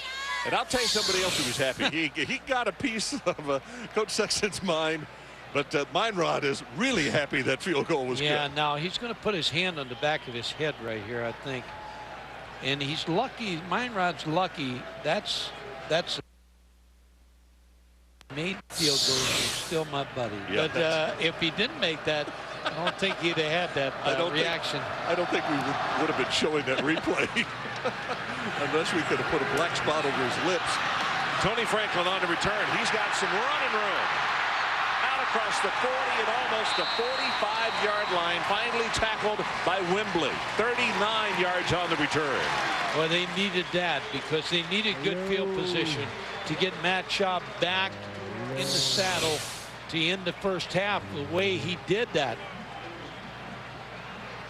It's a good return, well blocked, and that's the 2nd return Virginia's had against Florida State. A kickoff return. And both returns have been to the right side, that they have had success. But you're right, Michael, no team can put you in a more difficult situation with poor field position than Florida State. Hagan's in the ball game, the backup quarterback and wide receiver, but they went downfield to Sawyer, and it was beyond his reach. You could see Matt Schaub pointing to his head like, my fault, and I didn't think it out properly. Just a great kid to visit with. He's going to play in the NFL because he's got a good strong arm. He's got a good head on his shoulders. He fits the ball in to receivers and just does a great job. His parents watching this game tonight. Now and Debbie are watching in the stands. Debbie's not watching. Pass out to Pearman, who scored the touchdown on the 21-yard advance. Smith and Boulware come over to combine on the stop with him. The interesting thing about Matt Schaub is, and his head coach will tell you, the window didn't really open for him until just over a year ago, when all of a sudden the picture got bigger and bigger, and he's really started to figure things out and how to run this offense. He's a leader anyway. He's a big kid who commands the respect of his fellow players. But the shoulder injury in the first game, I remember seeing that and I thought, how unlucky. Got it again, complete. Pearman right over the middle. He'll have the first down, and he takes it to the 40. That's good for 13 yards. Carter and Ward defensively. Yeah, Pearman again on the angle route. You're going to see him come out of the backfield. He's going to come right out here and inside after the tight end clears out. And they've hit Florida State twice on that throw. Matt Schaub got pressure, but dumped the ball off to Pearman. Quick count. Look at the pressure right up the middle. They got a screen pass, and they cut the corner. Could be big, and he will. Finally bumped out of bounds by Augustin, the middle linebacker. Mike, if he doesn't hustle and pressure him, that might have gone into the end zone. Yeah, I think Ron Prince, the offensive coordinator right now, has got a pretty good feel about this Florida State defense. They let the pressure come in, hit Pearman on the screen pass, and it's set up very, very well. Bunkley was the man applying the pressure, number 52, the sophomore defensive tackle from Tampa. Al Grove knows his young football team's got a shot here. Again from the shotgun. Now pressure. He delivers the pass. Hagens. And Hagens is going to be stopped after a short gain. Reese Davis, let's check back with you quickly. Along with Oklahoma, TCU owns the nation's longest winning streak at 8 straight, but UAB has the Horned Frogs in trouble. Trey Chaney going in for Watson Brown's team, and they're up 24-19 late in the third. The other team from the non-BCS conference unbeaten, Northern Illinois, rolls on easily over Western Michigan. I think Northern Illinois has got to go to Bowling Green next week. I believe that's the game, and that will be a big game. From the shotgun, a second down and long, right over the middle. What a catch by Pearman. I'll tell you, if he didn't grab that, that might have been picked off as the ball comes loose. But I believe the official, yes, says it was dead. Kendall Pope is the man who made the hit. Interesting comment last night when we asked about Northern Illinois and if they remained undefeated. And the person said that they will be a BCS team. And I'll be anxious to see if the two things occur. And Bowling Green, who's going to play Northern Illinois, knocked off Purdue. So the Mid-American making a lot of noise all year. Big third down play coming up. Third down. And they need to take it to the 14-yard line. Just inside there. Same play they scored a touchdown on, Ron. Mines in motion. The pass over the middle. Caught for the tight end. Actually, it was Case Lazard, the H-back. He also was a tight end. And let's see if he's going to have the first down. From the spot that we're looking at, well, you can see the yellow line. Well, the yellow line's right. It is. He's short. You're going to miss it by like an inch or so.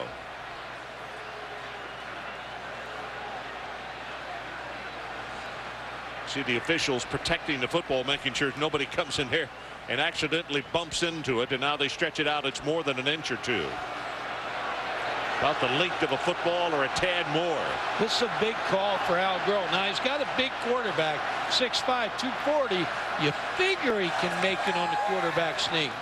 But do you pass up 3 points right here? I think they run the quarterback sneak. Now the crowd always loves this until you don't make it. Yeah, they're the first to turn on you. Now they're all coming to their feet.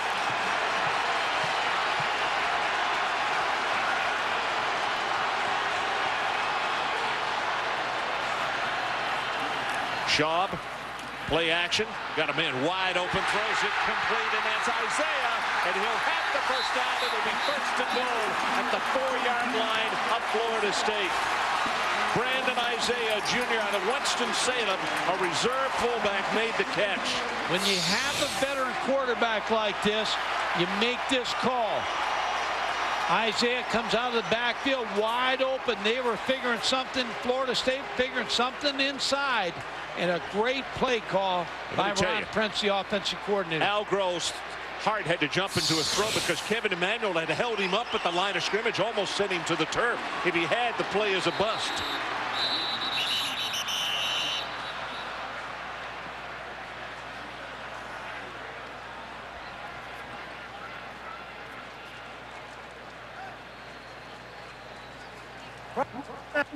That was a false start. The offense, 5 yards, the first down. First penalty this half. I think that's the only false start I can remember tonight. We're this far into the season where you shouldn't be having them. I know early on it seemed like they occurred every other play in early ball games. Well, when you got Darnell Dockett on the defensive line, you move a little faster. Yep. Pierman comes out of the lineup. And Higgins, number 18, lines up in the backfield. The 9th play of the drive for Virginia. Schaub, here comes pressure. Double screen right in the middle to the tight end. Touchdown, Heath Miller.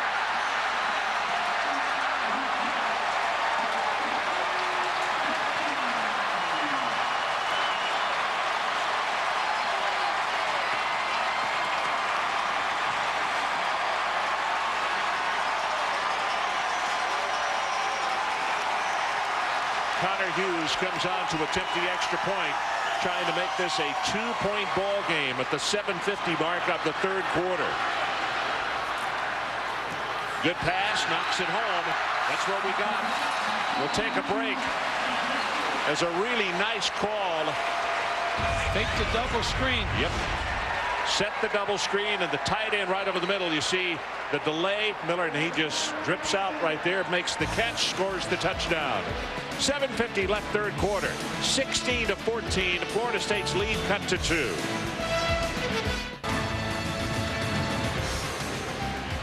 So we're back, and you look at Heath Miller. We talked in the first half about being the favorite receiver of Schaub.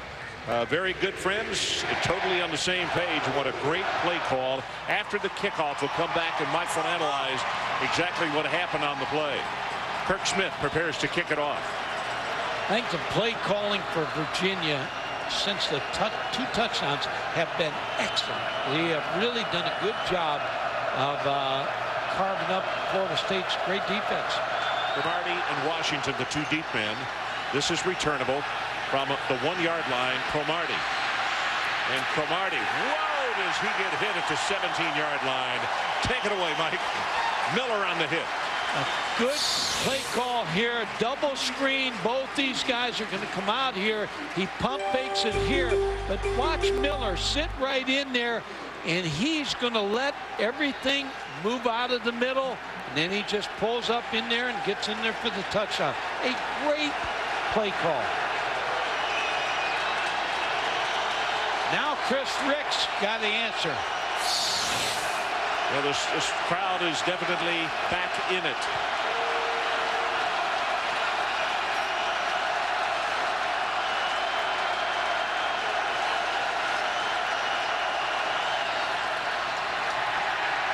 Ricks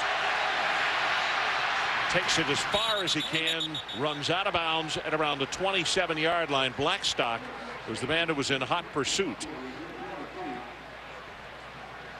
talked about how many people are in here tonight. As you take a look at this crowd, a new attendance record for Virginia, 62,875. And I can promise you, after that last score, nobody has designs on leaving this ballpark, not for a long time.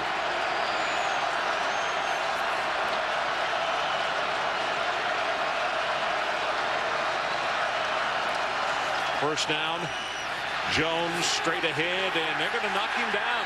That may be a yard loss on the play, as Schmidt was the first man to get there, and then Ahmad Brooks and Blackstock right behind him. Good job on Greg Jones, keeping him from breaking.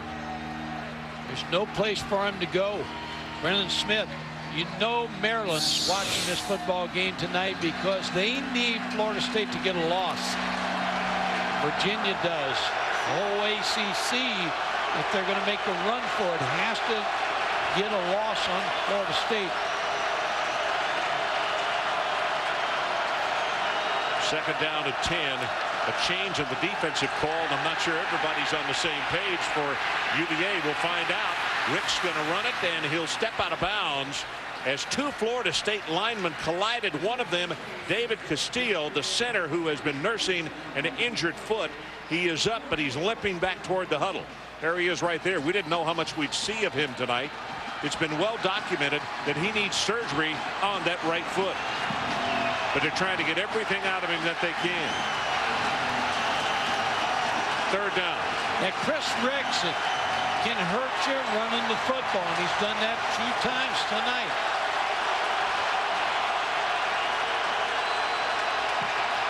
The line to make is the 38 of Florida State.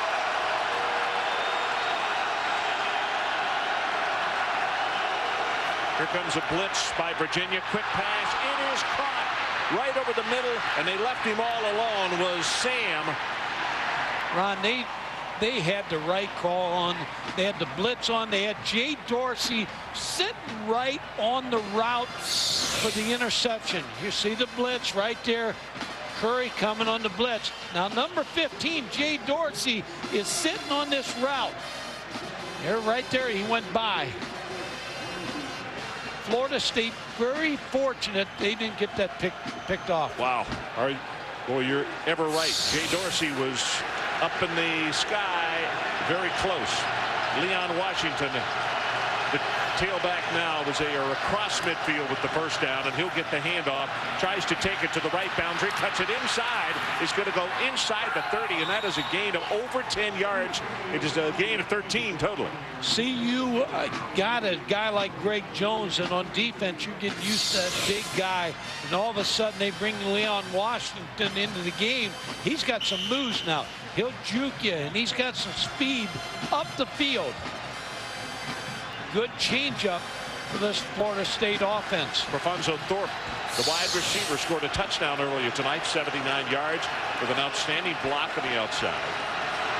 Another first down for the Seminoles as they're trying to answer very emphatically. Here comes a blitz. Under pressure, Rick's going to be sacked at the 36. First time they've gotten to him, and it's Raymond Mann, the only senior linebacker that UVA has.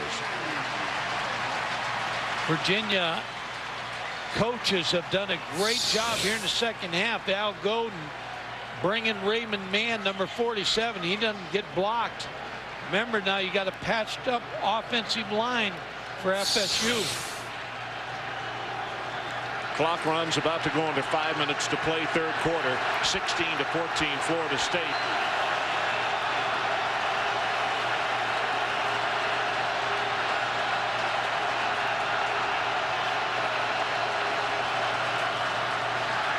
Play fake, pressure coming on. Ricks has it complete. That is a nice catch by Willie Reed. I thought he was going to get broken in two over the middle as the defensive backs came up and hit him quickly, particularly Jermaine Hardy, but he catches it, good for 14 yards. And a good pass route for the protection. Florida State, Willie Reed makes his 15th catch of the year. So here comes third down. They need to take it to the 19-yard line. You see the numbers on Ricks, 165 yards. One of his completions of those 9, 79 yards. to Cafonzo Thorpe. Short drop. Here comes pressure. Delivers the pass. Well overthrown, and he threw into coverage. Now, Chris Rex is rattled a little bit here in the third quarter. Not setting his feet. Throws this football to Willie Reed again. Too high. Took too long to develop. And Mike, if he had thrown it where it was supposed to be, Curry, Muffin might have been there for the interception. So Bethia comes in to attempt the field goal, and it appears they're going to place this down at the, let's say, the 29-yard line. So a 39-yard attempt.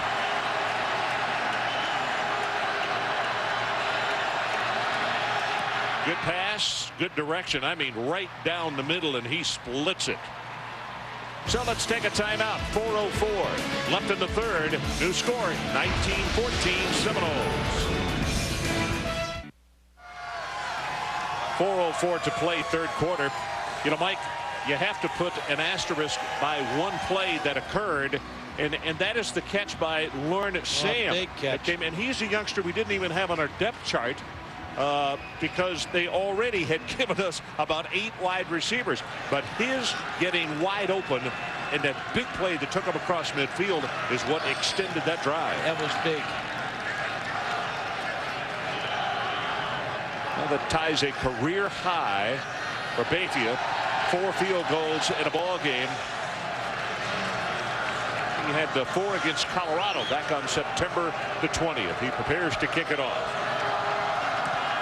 This is very high, and a quick spinner, and a fair catch is called for and made by Luzar. Adrian Karsten, what do you have for us? If I want to watch television or have to like this in my living room, I'll do it. Ron, in high definition once again. Look at this screen. Now, the next 2 Saturday nights will be with you in high def at Auburn and LSU, Miami, Virginia Tech, which is going to be a great time. Call your cable operator or Dish Network. Get a look as soon as you can at ESPN High Definition. The big picture in sports, brought to you by Phillips and Best Buy. Ron, pardon the pun, but this may be the best screen play we've seen all night. It's great. We've got a big one up here in the booth. Schaub saw it in high definition, got his pass away, and look at Pearman. He's going to take that very close. In fact, where they have marked him, it will be a first down. Virginia's offensive staff has got a rhythm going right now, and they taking the pressure of Florida State, throwing the screen pass on first down. That time Darnell Dockett was one of the ones applying the pressure. He was really coming after him quickly. And you're talking about a good defense that they're shredding here in the third quarter.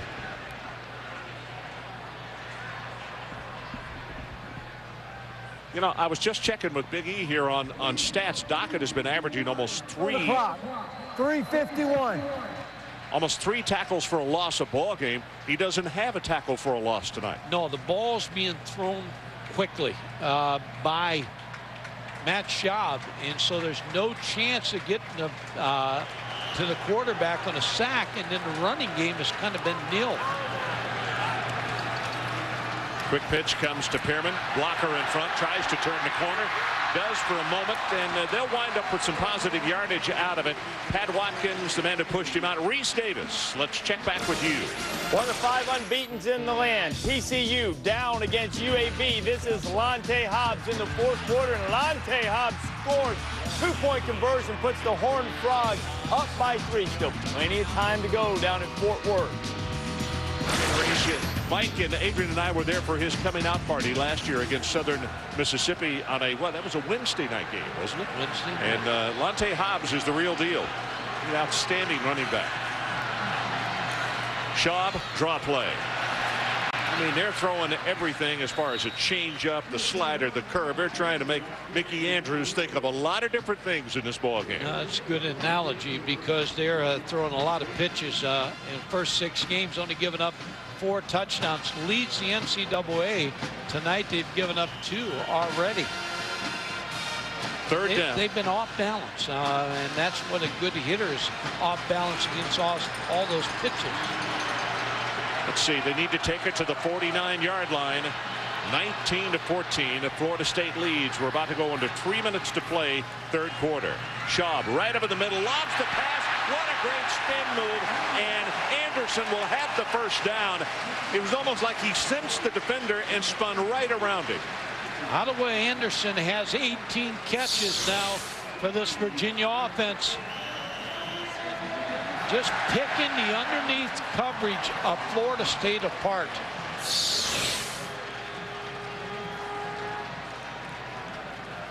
Well, the thing also that Virginia has done tonight to keep Florida State's offense off the field, they have had some very long drives. That's Lazar in motion. Steps up into the pocket, throws it, almost intercepted. And you know, Boulware may have been fortunate. It looked as though that backhand was right in the middle of the back of the receiver on that play. That was almost one of those passes where Matt Schaub threw the ball. He almost didn't want to throw it. He pushes this football. That ball was Just at the tipped. last second. It was tipped, so there would not have been any pass interference.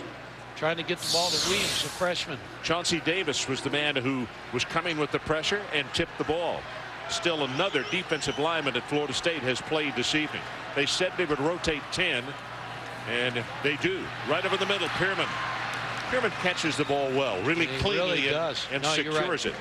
And that's that B angle or A angle, whatever you want to call it, out of the backfield where they let everything clear out the backers and then they sneak the back inside.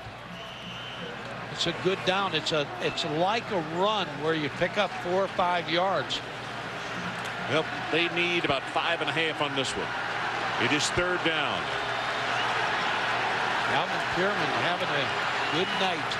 115 yards on 13 grabs. Here comes the pressure, drills this pass complete, breaks the tackle, goes inside the 40, still not going to have it. No. And Boulware will get credit for the tackle, and Al Groh simply cannot, he can't go for this right here, can he, Mike? I don't believe so, Ron. You got everything in control. Your defense is playing very well against Florida State's offense. If you didn't have your thumb on their offense right now, I'd say go for it. But I think you take the ball, take a chance against these guys, and the whole thing would just blow up right in your face. So Tom Hagen waits for the snap and gets it away. Wobbly spiral, and a fair catch is called for. That surprises me a little bit at the 9-yard line. 30 yards in the kick, and it'll be as bad a field position as Florida State has had all night. Well, tomorrow night at ESPN, don't miss a special encore presentation of ESPN original entertainment series Playmakers. That's the action from show 7 and 8, the 2 most recent shows. And then on Tuesday at ESPN, catch all 8 episodes of Playmakers beginning at 8 p.m. Well, Florida State's looking for some playmakers right now. Well, they've got playmakers. It's just finding the right one. Get the ball to him. Greg Jones lines up at tailback again. He gets the pitch. Here comes the sweep. He's run down from behind, and that is Blackstock.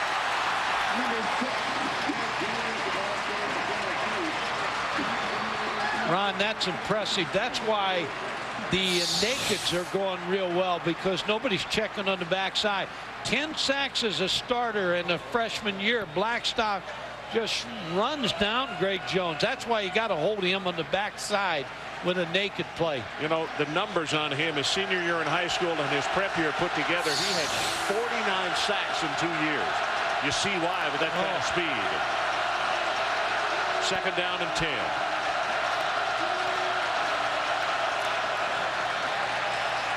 Ricks drills the pass way too high. Thornton, the intended receiver. Yeah, ball sailed out of his hands.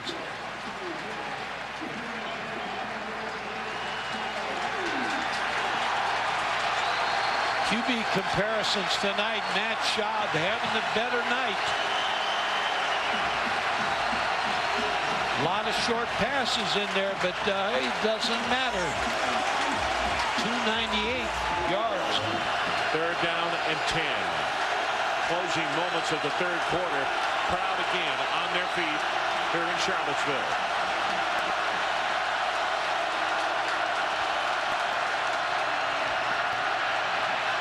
Ricks. Did he intercept it? Did he hold on? Yes. Yes. Jermaine Hardy. I tell you, it was close whether that ball hit the ground or not.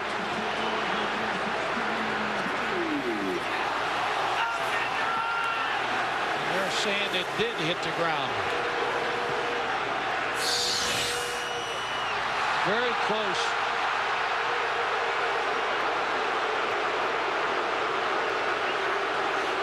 It's close. I think it hit the ground. I think it's a trap. I agree with you. I think it's a trap. If you look right here, yeah, came to the ground. Good call right up the middle. Oh, they almost got that one. And this kick, if he didn't catch it in the air. Higgins let the ball bounce. 38 yards in the boot. Jermaine Winburn almost blocked this punt. Here it goes back to the catch. The near catch. Or near catch. No, trap. If he had gotten that hand just a little bit farther underneath it, that would have been one of the most incredible interceptions of this college football season. Very well officiated game so far. Because the first official, who was a tad unsighted, thought it was caught, and the second official came in and said, no, I had a better angle. It was not, and that's the way that's supposed to work. 2 seconds showing on the clock left in the quarter. Schaub steps up, drills this one in. That was thrown well behind Sawyer. That's the end of the third quarter, so let's take a break. 19-14. Florida State on top, but Virginia making a statement. Miller scored to cut the lead. We'll be right back.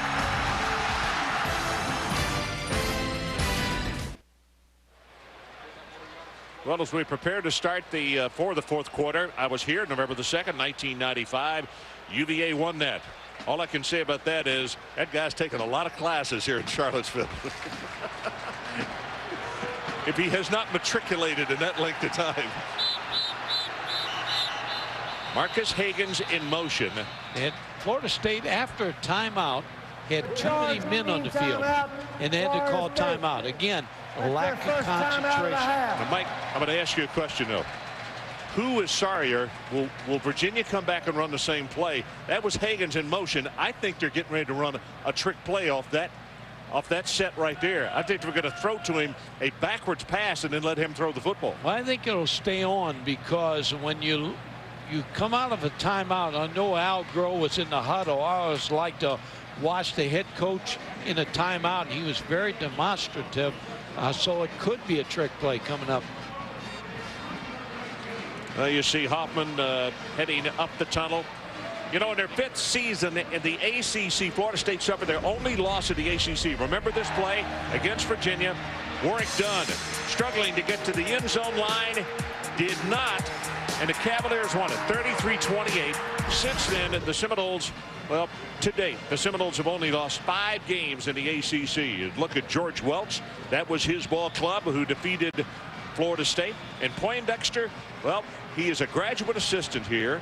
And Anthony was the man who made the tackle on Warwick Dunn. He was a great football player here, hurt his knee, and he is doing a great job as a graduate assistant here. He'll be a great coach someday. He brings a lot of enthusiasm, plus knowledge of the game. Second down. Same plays on. Yep. Higgins in motion. That's what they're going to do. They flare it back to him now. They want him to throw, but the pressure is on. Throws long, and Pierman actually had stopped and turned around rather than continuing the route.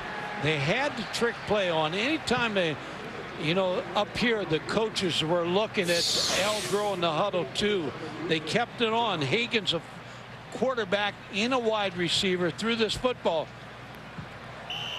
Mike, I think if he continues, Pierman had him beat. If he continued the route, I don't think he believed that Higgins could throw it that far. Had he continued, he might have had a shot at catching that long pass. Well, I think the timeout hurt them on that play. Yeah, no question. Florida State benefited from that Chauncey timeout. Davis is the man who was putting on the pressure. He's doing it again. Pass is thrown and complete to Miller, the tight end. Boulware makes the stop on him. They're going to know each other better than they know their girlfriends after this game tonight. Now this is a key play for Al Groh. As the clock starts to get to the fourth quarter, he's going to punt him in the end zone right here. Man, and again, when your defense when your defense is playing as well as Virginia's right now against Florida State, you do this. Florida State doesn't believe that they're going to punt. No, because Hagen's the up back. Right. And they do not have a deep man. Here's Hagen's right there. A little bit of a high pass. Here's the boot. Wobbly. Looked like a knuckleball, and now takes a UVA bounce. Going to go dead inside the 20-yard line. 22 yards in the punt. Crowd didn't like that. They thought it should have been a little more aggressive. 19-14, Florida State. Well, SportsCenter is next. We'll start reading those promos shortly. 19-14, Florida State leads it as we're in the first minute of play of the fourth and final quarter. Ricks has missed his last 3 passes. Yeah, he has not been sharp, and he has really let the ball out of his hand. Not thrown well. Kind of got away from him. You're right. A couple of those very high. Fakes it to Jones. Rolls into the boundary. Now delivers the pass, and that one is too tall. Intended for Chauncey Stovall. Reese Davis, let's check back with you. Ron, over on ESPN2, it's South Carolina and LSU. Gamecocks down 19-7. And here comes some serious heat. Kirsten Pippen, the freshman, knocking the ball loose. Jason Ledoux picking it up and scoring for the Bayou Bengals. LSU on top comfortably. Auburn blew out Mississippi State. You guys are going to see a honey on the Bayou next week.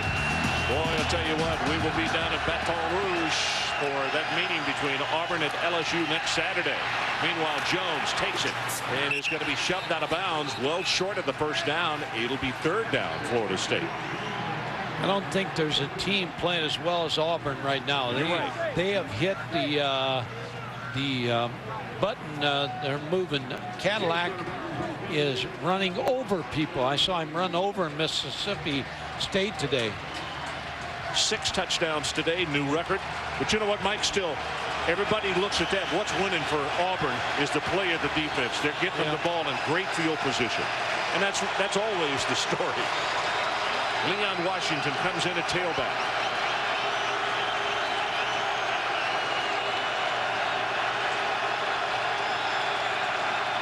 Third down, they need to take it to the 27-yard line. Virginia shows blitz, and they come with it on the outside, and a quick pass over the middle, complete to Stovall, and the first down. Remember when you played too deep and you got the corners pressing the wide receivers? They are going to get inside of you. And good job right there, setting up the wide receiver, Chauncey Stovall. Tell you, that's good concentration because Hamilton came up and gave him a pretty good shot as he came off the line of scrimmage. Yeah, he made him move a little bit and got underneath him. Washington stays in the ball game at tailback. Right now, Florida State would like to run some of this clock off. Ricks under pressure, gets by the first wave, going to go long, and it is incomplete, and the flag goes down for pass interference. Curry working against Thorpe. Mondo Curry, when we talked to him yesterday, he talked about the long ball and the jump ball. And really, I thought he was in pretty good shape on this play. But they're going to call pass interference against Curry. It's a go route with Thorpe, just a streak, but it took too long to throw because Ricks was under pressure. I think what he got him for, but he grabbed his jersey and hooked him. Yeah, left hand. And the muffin got caught. Yep. Overdone, overbaked. So the new line of scrimmage is the 48-yard line of Florida State. Seminoles lead it by 5 at the 13-10 mark. We're in the fourth quarter. Here comes the blitz off the corner. They go with the running play. Washington breaks it. They grab him by the sleeve, but he's still going to have a 10-yard gain on the play, and that should be enough for the first down. Bedison is there to make the tackle.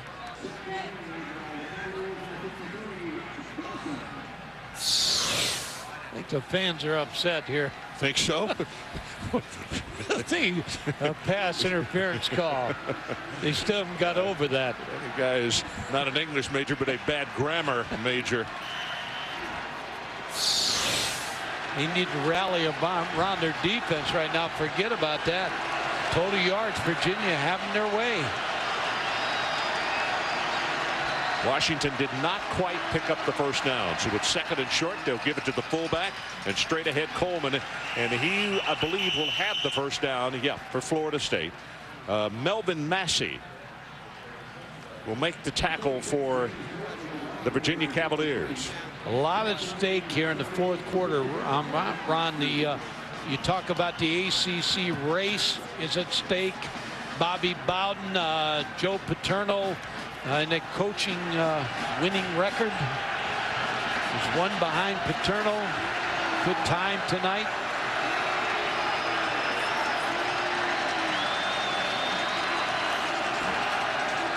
On first down, gives it back to Washington. Big opening, has 5, has 10, and it's going to be a gain of about 14 yards on the play. Jermaine Hardy, the leading tackler on the team. Good thing he was there because Leon Washington might have been standing in the end zone in about 3 more seconds. Fresh legs, speedy legs. Got a good block from the left side of the offensive line. Lunford, who has been moved in to guard from tackle, good job. Was the man who had that key block.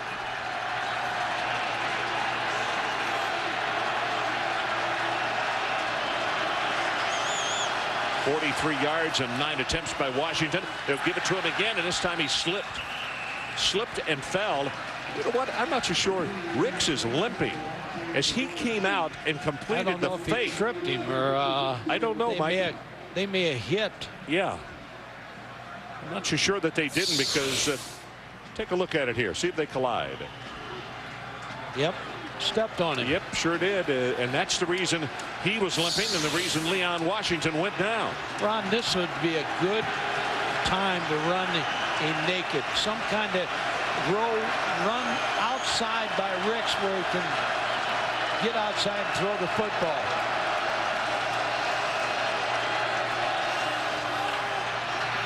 Draw play. Washington this time can't turn the corner, and here's where his lack of size gets him in trouble when he's in traffic as Chris Canty comes over to make the tackle.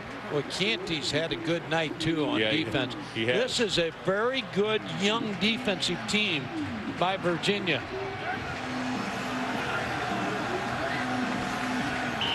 One of the new members to be of the Atlantic Coast Conference, Boston College, another one of the schools that courted him, Chris Canty. And you look on the far sideline as Bethea continues to warm up in case he is needed. Right now with his 3rd down at about 9. Jones and Washington in the backfield this time with the shotgun. On their Thorpe. He's been the go-to wide receiver tonight. Washington in motion. Here comes pressure off the corner, and they whistled it down. Flag was thrown, I believe, too much time. Delay.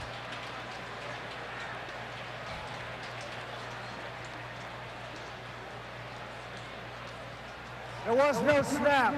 The left game, offense, 5-yard cut. Repeat down. You know, I think I've seen Bobby on the headsets more in the last 2 ball games than I have collectively over a number of this season and the season prior. See that scoreboard? Yep. That's the reason he's on there. He wants to know what's being called. Chris Ricks cannot take a sack right here. 3rd down, they need to take it to the 16-yard line of Virginia. Here comes the pressure from the outside, right over the middle. Gets it complete, and that is to Davis. Chris Davis is going to take it in the vicinity of the 20-yard line. The freshman out of St. Petersburg, and he is a water bug. 6 feet, 173 pounds, and you can see what kind of moves he has. 4th down, and here comes Bethea. Just a play call to set up the field goal to go up 8. If he can make it. This will be a new personal record if he hits this.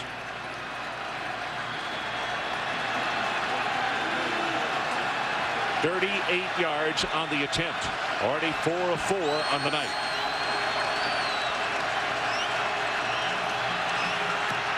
Good pass. Whoa, knuckleball. Yanked it to the right.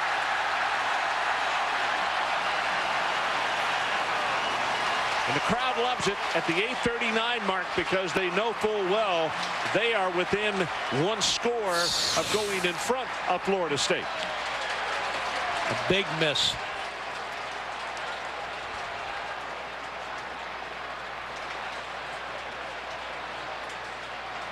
So we'll take a timeout. Looked as though he might have even drug his cleats before he came through on that one. 19-14. That's where our score remains. So we are back in Charlottesville. It's been an absolutely glorious evening. Cool night. No rain around. Crisp, good football weather. On first down, here comes pressure. They drop it off. Pierman. 25 out to the 30. It's going to be a gain of about 13 yards. Augustin makes the tackle. Ron, that's like a run. They have given up on the run tonight. The runs have been draws in plays like that where they get the ball outside the Pierman. They're throwing offense all night. Mike, that's going to take them to around 330 yards, and only 317 for Florida State. So in total yardage, they've gotten the best of them, but not on the scoreboard so far. Again from the shotgun. Pass right over the middle. That ball is complete. Boulware was actually riding the back of Pierman. Reese Davis, let's go back to you. Round number 21, Oregon State against struggling Washington. Beavers punting the ball away to Charles Frederick of the Huskies. Want you to watch the punter. Carl Toby needs to make the play. Well, Carl, that's why you're a punter. Right on his keister, and Frederick's going to house that baby. And Washington up 7-0 on the road in Corvallis on Mike Riley's Beavers.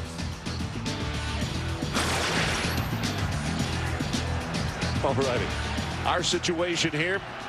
Clock shows 7 minutes and 43 seconds to play. You look at Alvin Pierman. 16 receptions tonight, 134 yards. Quickly over the middle, has that one to his tight end Miller, and Augustin makes the tackle. See, when you look at that play when Pierman catches the ball out of the backfield, and that is a cousin of the play when the tight end catches the ball, because the linebackers have problems with that all night.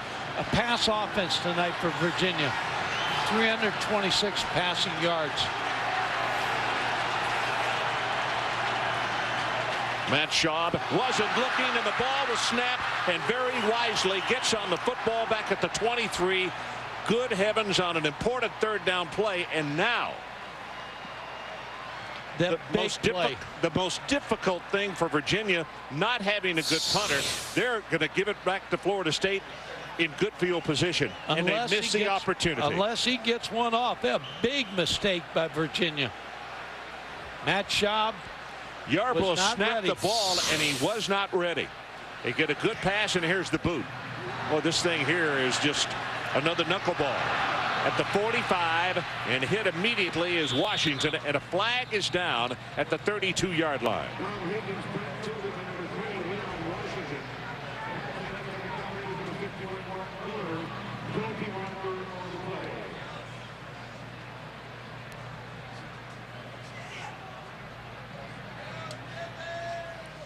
Holding on Florida State. Good heavens, one huge mistake followed up by another.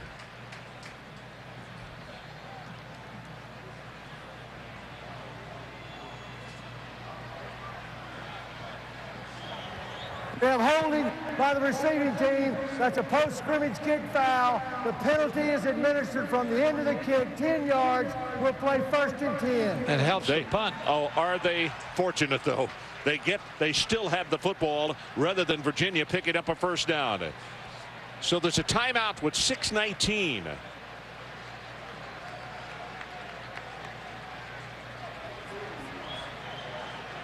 So we're going to hold it right here. No signal that we want to pay a bill.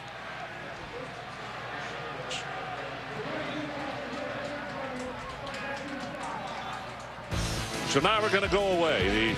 We lost the checkbook there for a moment. 19-14. Florida State up by 5 points. Head coach Algo, Virginia. yelling at his team as many as he can in the huddle. Goes over and grabs Matt Schaub, the starting quarterback, and said, "This is your team, you talk to him." Although I couldn't hear what he said, Coach Co did tell me that his confidence to this team can be worth anywhere from 6 to 10 points. We'll see what happens here, Ron. Okay, well, Florida State is flirting with disaster right here. There's no question about that. And Virginia still has 6:19 showing on the clock. Rick, short drop, quick pass over the middle, got that one complete to Thorpe, and Thorpe is going to be stopped short of the first down. We were just talking up here, and I really believe Florida State is flirting with a loss here unless they get aggressive in their play calling, because they can't sit on this lead because Schaub has got them figured out. Virginia's offensive coaches have got a good plan here in the second half. Second down and short.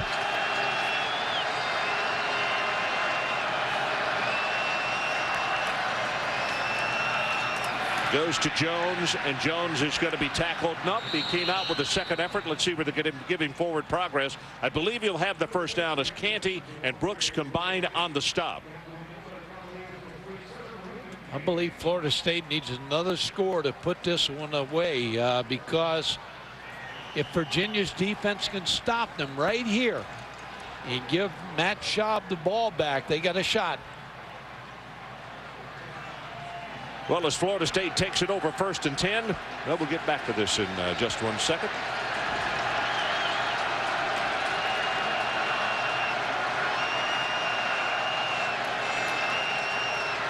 Jones bounces it outside on the left and is going to be stopped as he crosses midfield.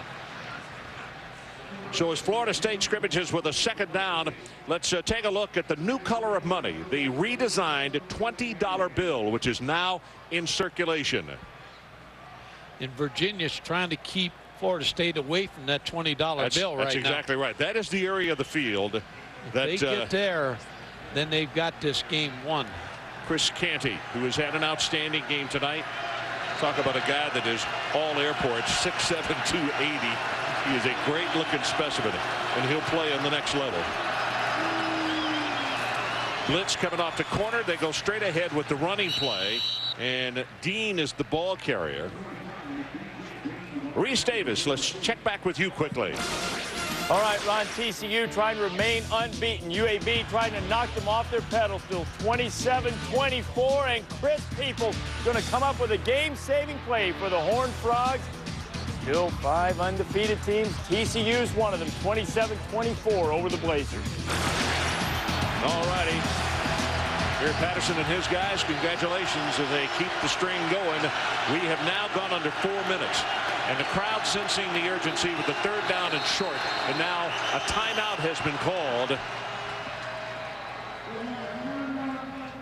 by Florida State. And it'll stop the clock at the 3:46 mark. So we'll take the break with them. 5-point lead Seminoles, and third and short when we return.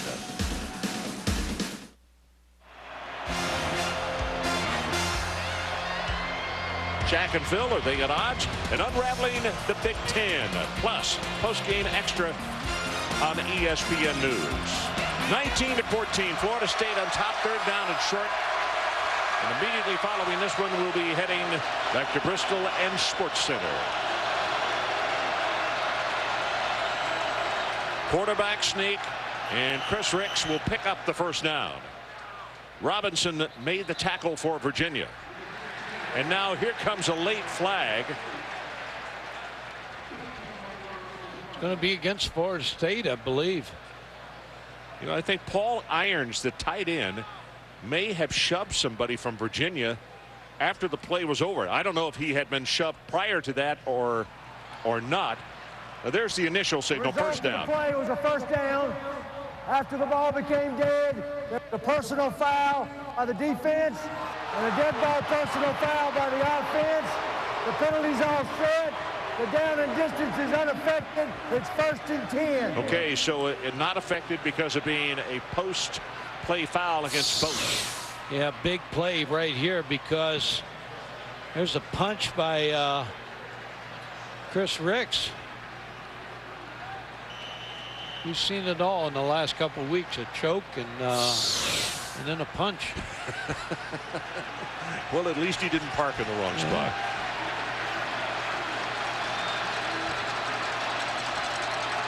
First down at the 43. Leon Washington bounces it outside, takes it inside the 35-yard line. That's a gain of almost 9 yards on that first down play. Parham came over to put the stop on him. Leon Washington has been within a breath of breaking a long run more than once tonight. Ron, he's impressive, but they got another back, Lorenzo Booker. Hasn't been in much tonight. Haven't seen him hardly at all. He's an explosive running back too.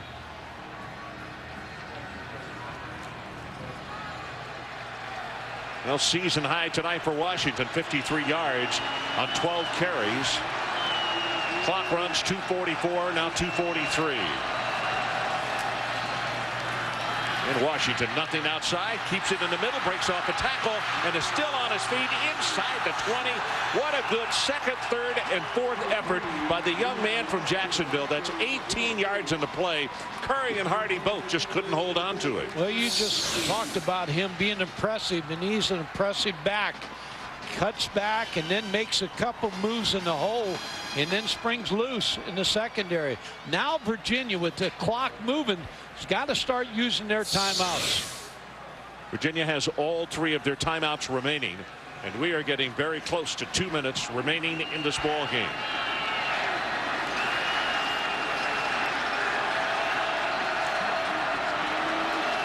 Greg Jones comes back in. Another change of pace, and here comes the bruiser, and he will take it down close to the 10-yard line. Chris Canty has to put a stop on him. Virginia's using their first timeout. So we'll take a timeout. 1:58 remaining in our ball game, and it still remains Florida State on top by 5. Bobby Bowden, 1 minute and 58 seconds away from tying Jopa, getting his 338th win.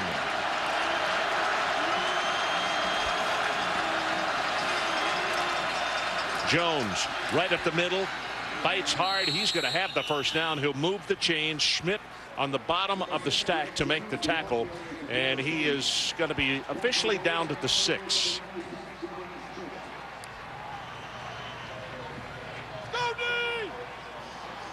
Virginia going to use their second timeout, but they're letting some time get away there.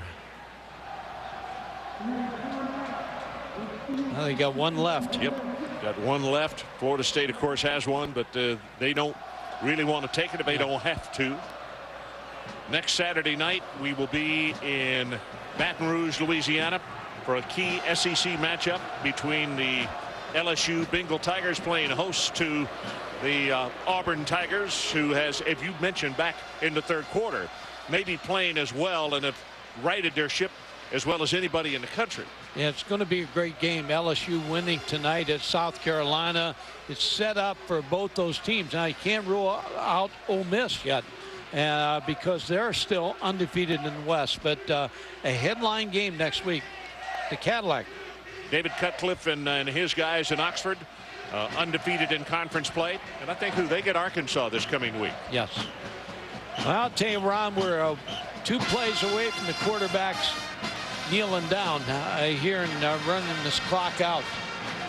Virginia's got to come up with some kind of big play here. First down, they still got 1 timeout left.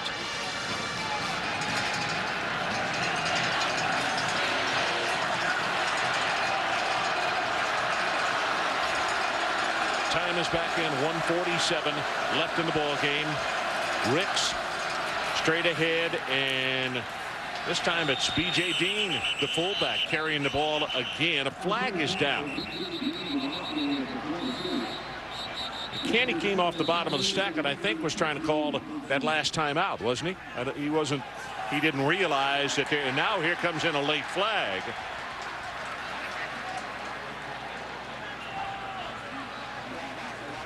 It's on number 36 for FSU. Coleman.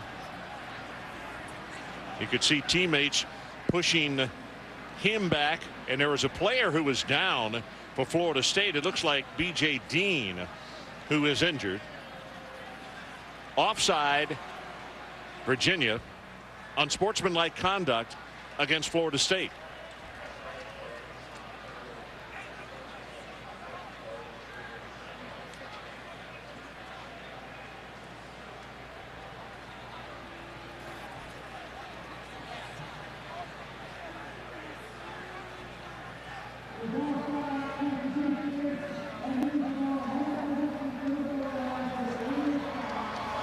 At the end of the down, there was a dead ball, unsportsmanlike foul for the removal of a helmet by the offensive team. That moves the ball back 15 yards. The result is a field goal. So in field position, Virginia wins out big time in this exchange.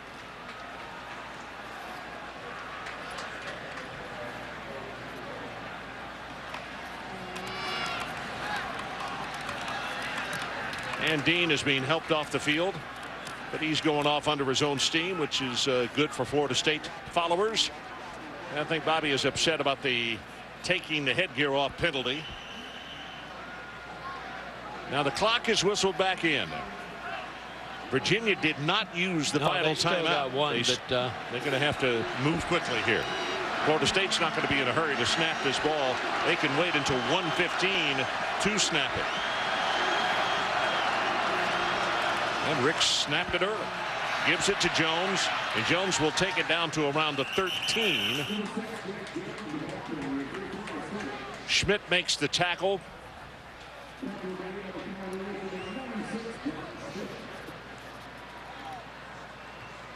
.103 now 102. They'll wait one more play and they'll call a timeout, Virginia. Because it is 2nd and goal. Still clock now becomes the enemy.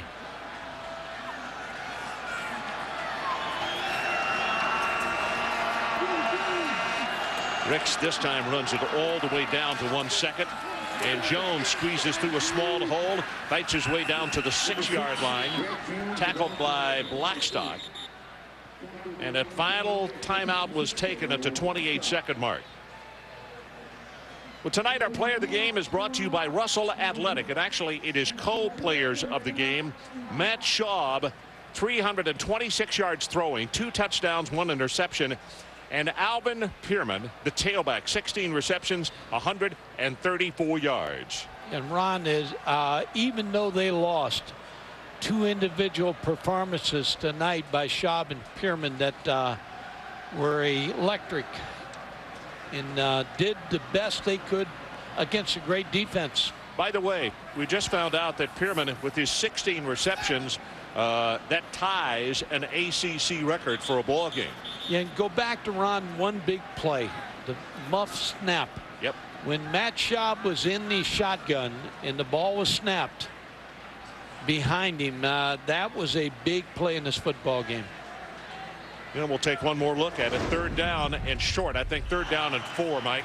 And there was the snap. He was still looking at the defense, and he did the smart thing. He just went back and recovered it, made it 4th down. They kicked it away, but never had an opportunity. And now Chris Ricks is just going to take a knee, and this one will be history. Bobby Bowden will go tied with Joe Paterno for the most wins in 1A history at 338.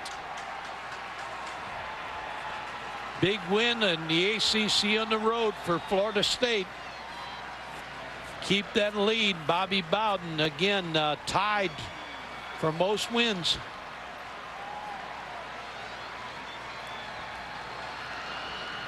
So 338 wins for Bowden as the clock runs down, and we hit double zeros on this one. Al Groh comes out to congratulate him as our final score. Florida State 19 and Virginia 14.